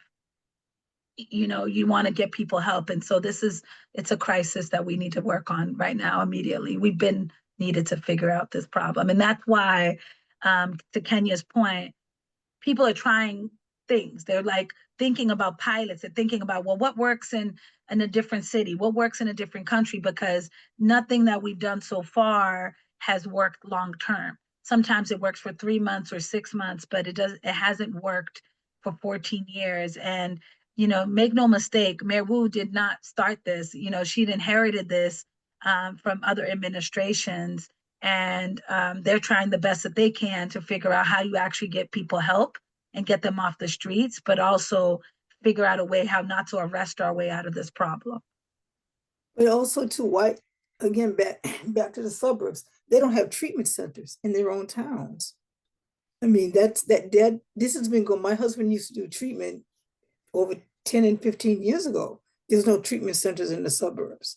And they don't have any beds either for shelters. You know, everything is concentrated in our city, and we need to spread it around. Right. That is, I just feel as though you got to get them to the table. I'm sorry, I'm going to stop. It's okay, Gina. Thank you for sharing. I know, that. but but see, the thing is, and the reason why I bring it up, because I've worked with several people from the suburbs, and they start saying, when is Boston going to take care of their issue? And I tell them to take out their phone and look up at treatment centers in their area, and it's zero. And then they don't talk no more about Boston's problem. And I just feel as though when you're doing the intake, there's got to be a way to collect that data and present that data to those different suburbs and say, this is your resident, why aren't you taking care of them? I mean, we have to stop giving them a pass. They would hate it if we rounded everybody up from those different suburbs and dropped them off in their city hall. They wouldn't like that. Not that we would do that, but we can't keep kicking the can down the road and leaving it as a Boston problem. It's racism and NIMBYism, and I'll end there, that some folks want people to get help, but they don't want it in their community. And since we're all in the job of serving people who are in the care and custody of us as leaders, we've all got to share the responsibility and the opportunity to help people heal. So Good evening, everyone. Thank you guys for allowing me to chat. Thank you.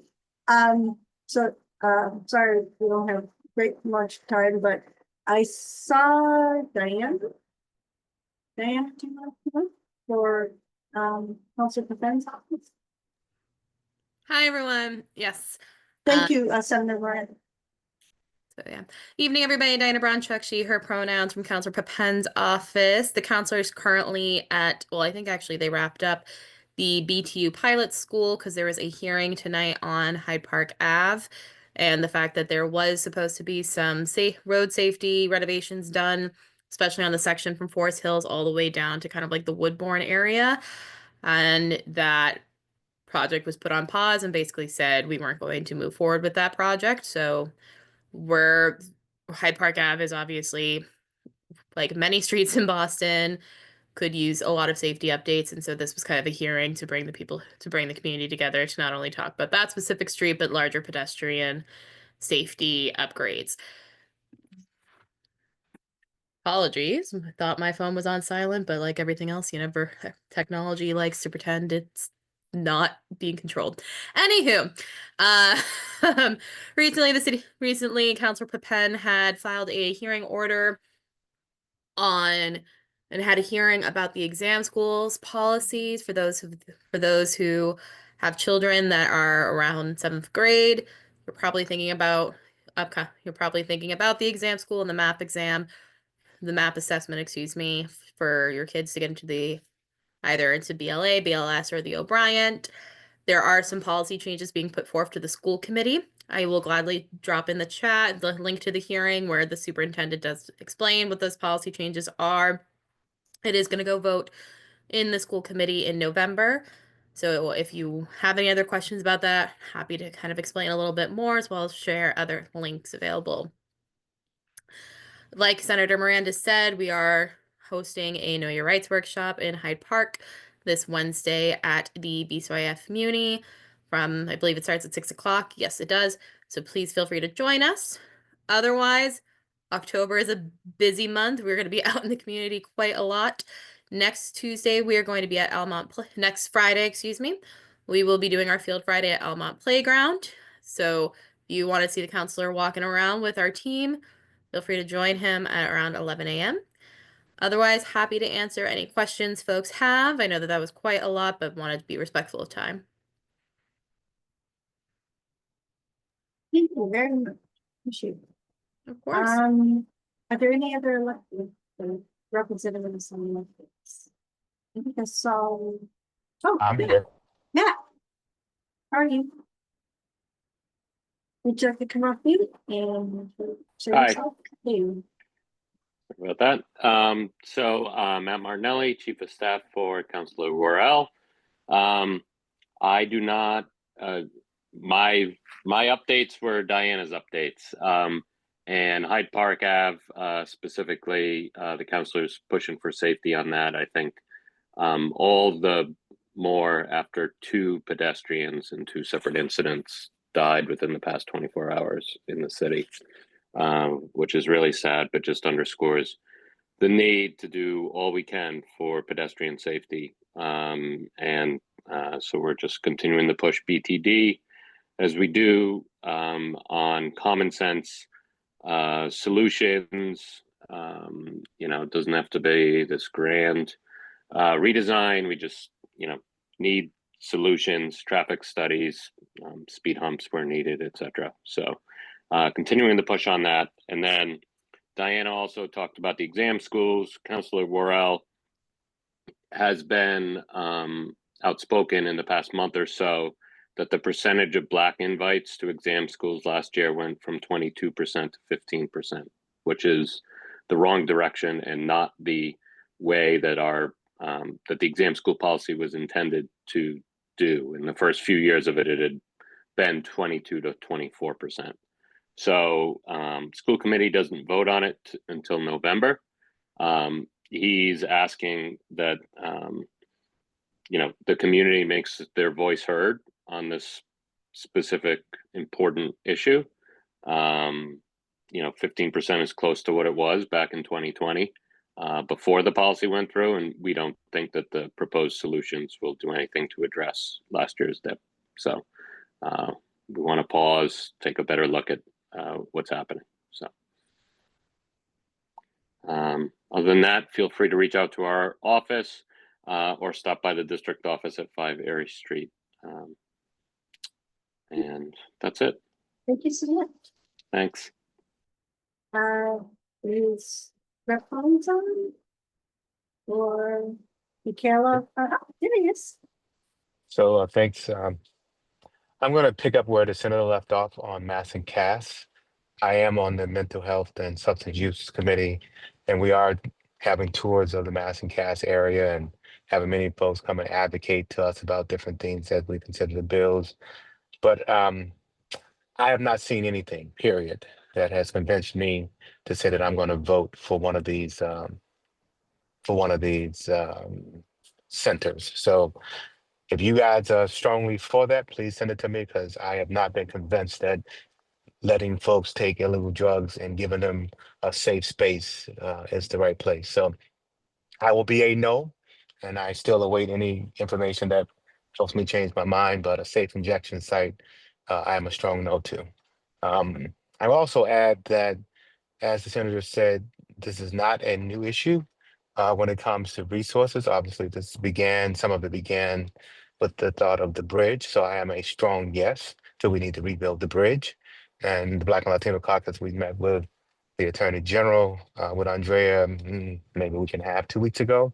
And there is still an enormous amount of money, I shouldn't say enormous, but there's still a substantial amount of money coming from some of the settlements out of the opiate crisis. And I think opiate money should be used on opiate type resources.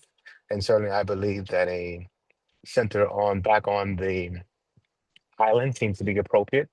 And whether that be, even if we begin by boating people over and having the big issue there was what happens in an emergency. Well, I'm sure we can get some fast boats if there was an emergency, because that was one of the challenges. How do we get people back and forth? If there is an emergency, we need to get them back to the hospital, or we can place some resources, from my perspective, on the island 24 hours a day to be able to handle emergencies. There are workarounds to put some of these resources back on the island and not have them all concentrated in one place. I think part of the challenge is, if you have facilities where you must make folks leave every single day, then you put them back in that same environment, versus if you have facilities where people are able to stay for longer periods of time, you're not forcing them to leave in the morning. That gives you more capability and possibilities of being able to um, get folks through that first 2 weeks, first 6 months, probably first 3 months, as they're dealing with addiction. So I know we are already at 8:30, but if there are any questions on that, let me know.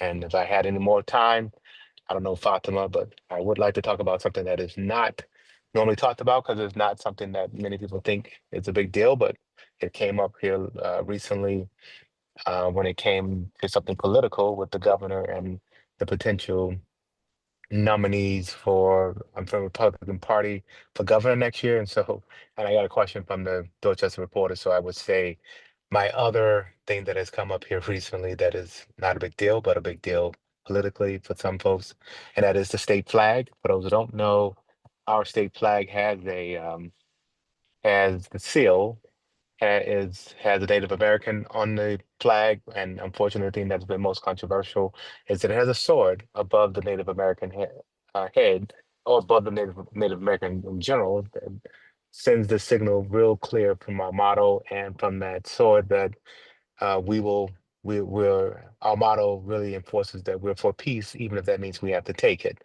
And so there's been a major move over the last, 10 years to redo the flag.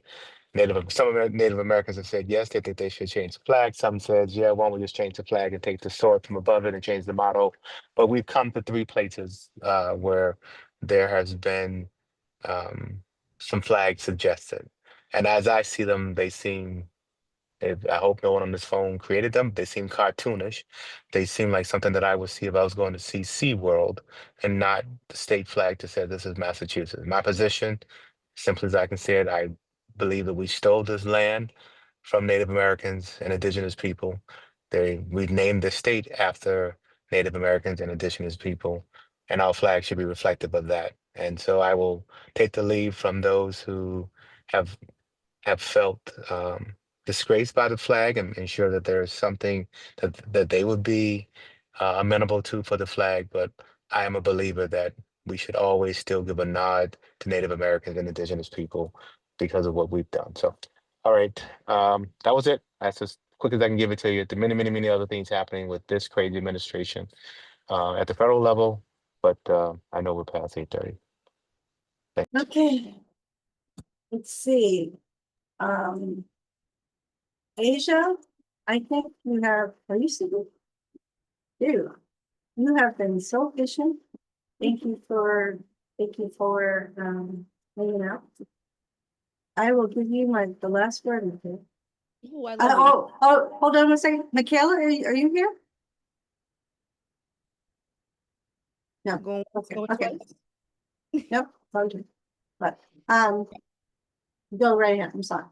No worries. I know the GMNC always says, you know, the best for last. Haha, kidding. Love you all. Love all my public servant friends that are on the call today. Appreciate you all. I will try to be short and sweet. And I made sure to already put the links in the chat. So you already have them. So I'm just going to be reading them to y'all real quick. But for those who do not know, my name is Asia Vottring. I am your Mattapan liaison out of the Mayor's Office of Neighborhood Services. And the few updates that I have today is that we have some spooky street grants. They are still open. So if you know anyone that is interested in throwing a neighborhood block party, we are giving out $300 to some residents who are just, you know, trying to spice up the neighborhood a little bit. Throw a harvest theme or a Halloween themed block party. So if you're interested, sign up. And if you sign up, definitely flag for me. Let me know so I can be sure to advocate on your behalf. We also have a couple other grants that are open, and I made sure to throw those links out there. They are due in 2 days. But we have the Strengthening Boston's Diverse Communities grant, along with the Small Community Grants Trust Program. That's going to be ending October 8th. Another exciting thing, we have installed a speed hump over by Mildred Ave in front of the BCYF Center / the elementary school. We're really, really excited to bring that to the neighborhood. The construction completed over the summer while you guys were on break, so I'm happy that I was able to deliver this, you know, kind of cool news. So that's pretty exciting.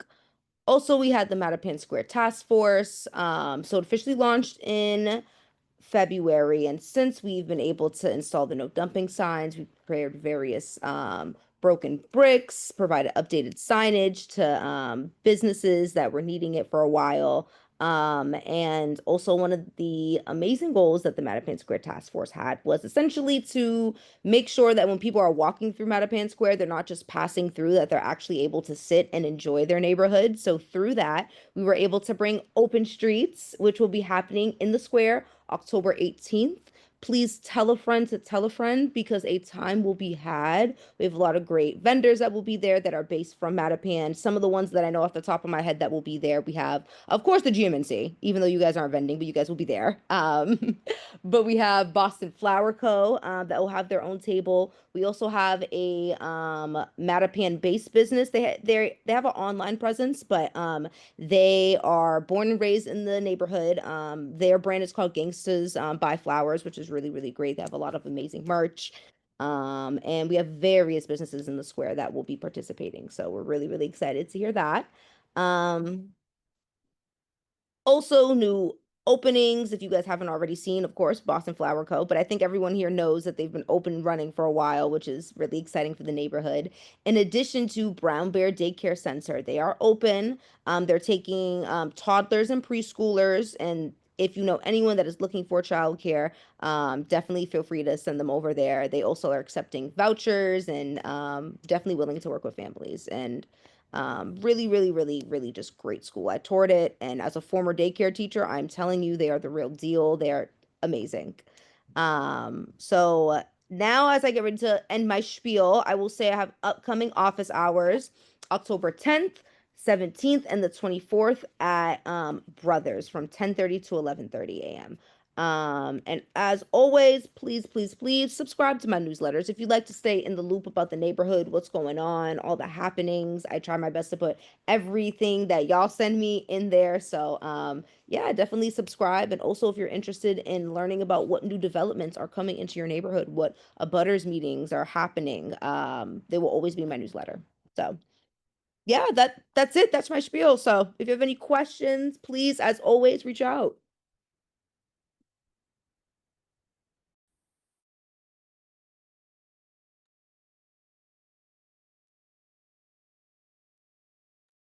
Started my cursor. Can you all hear me? Yes. Okay, my cursor was frozen. Couldn't. It was fun. Thank you for the update, Lisa. Can you still on? Can you still there? Yep, I'm still here. Okay, thank you.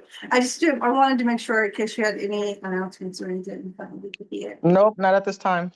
Okay, all right. Thank you. Okay. All right. Well, thank you for all for continuing to hang out to much later hour than normal. I appreciate seeing all of you. Hope to see you all at Open Streets. And before then, also, I know there are lots of happenings going on. And a good night to you all. I love you much, but we gotta go. Thanks. Night, everybody. Have a good Good night. night. Thank you. Thank you. Good night, everybody.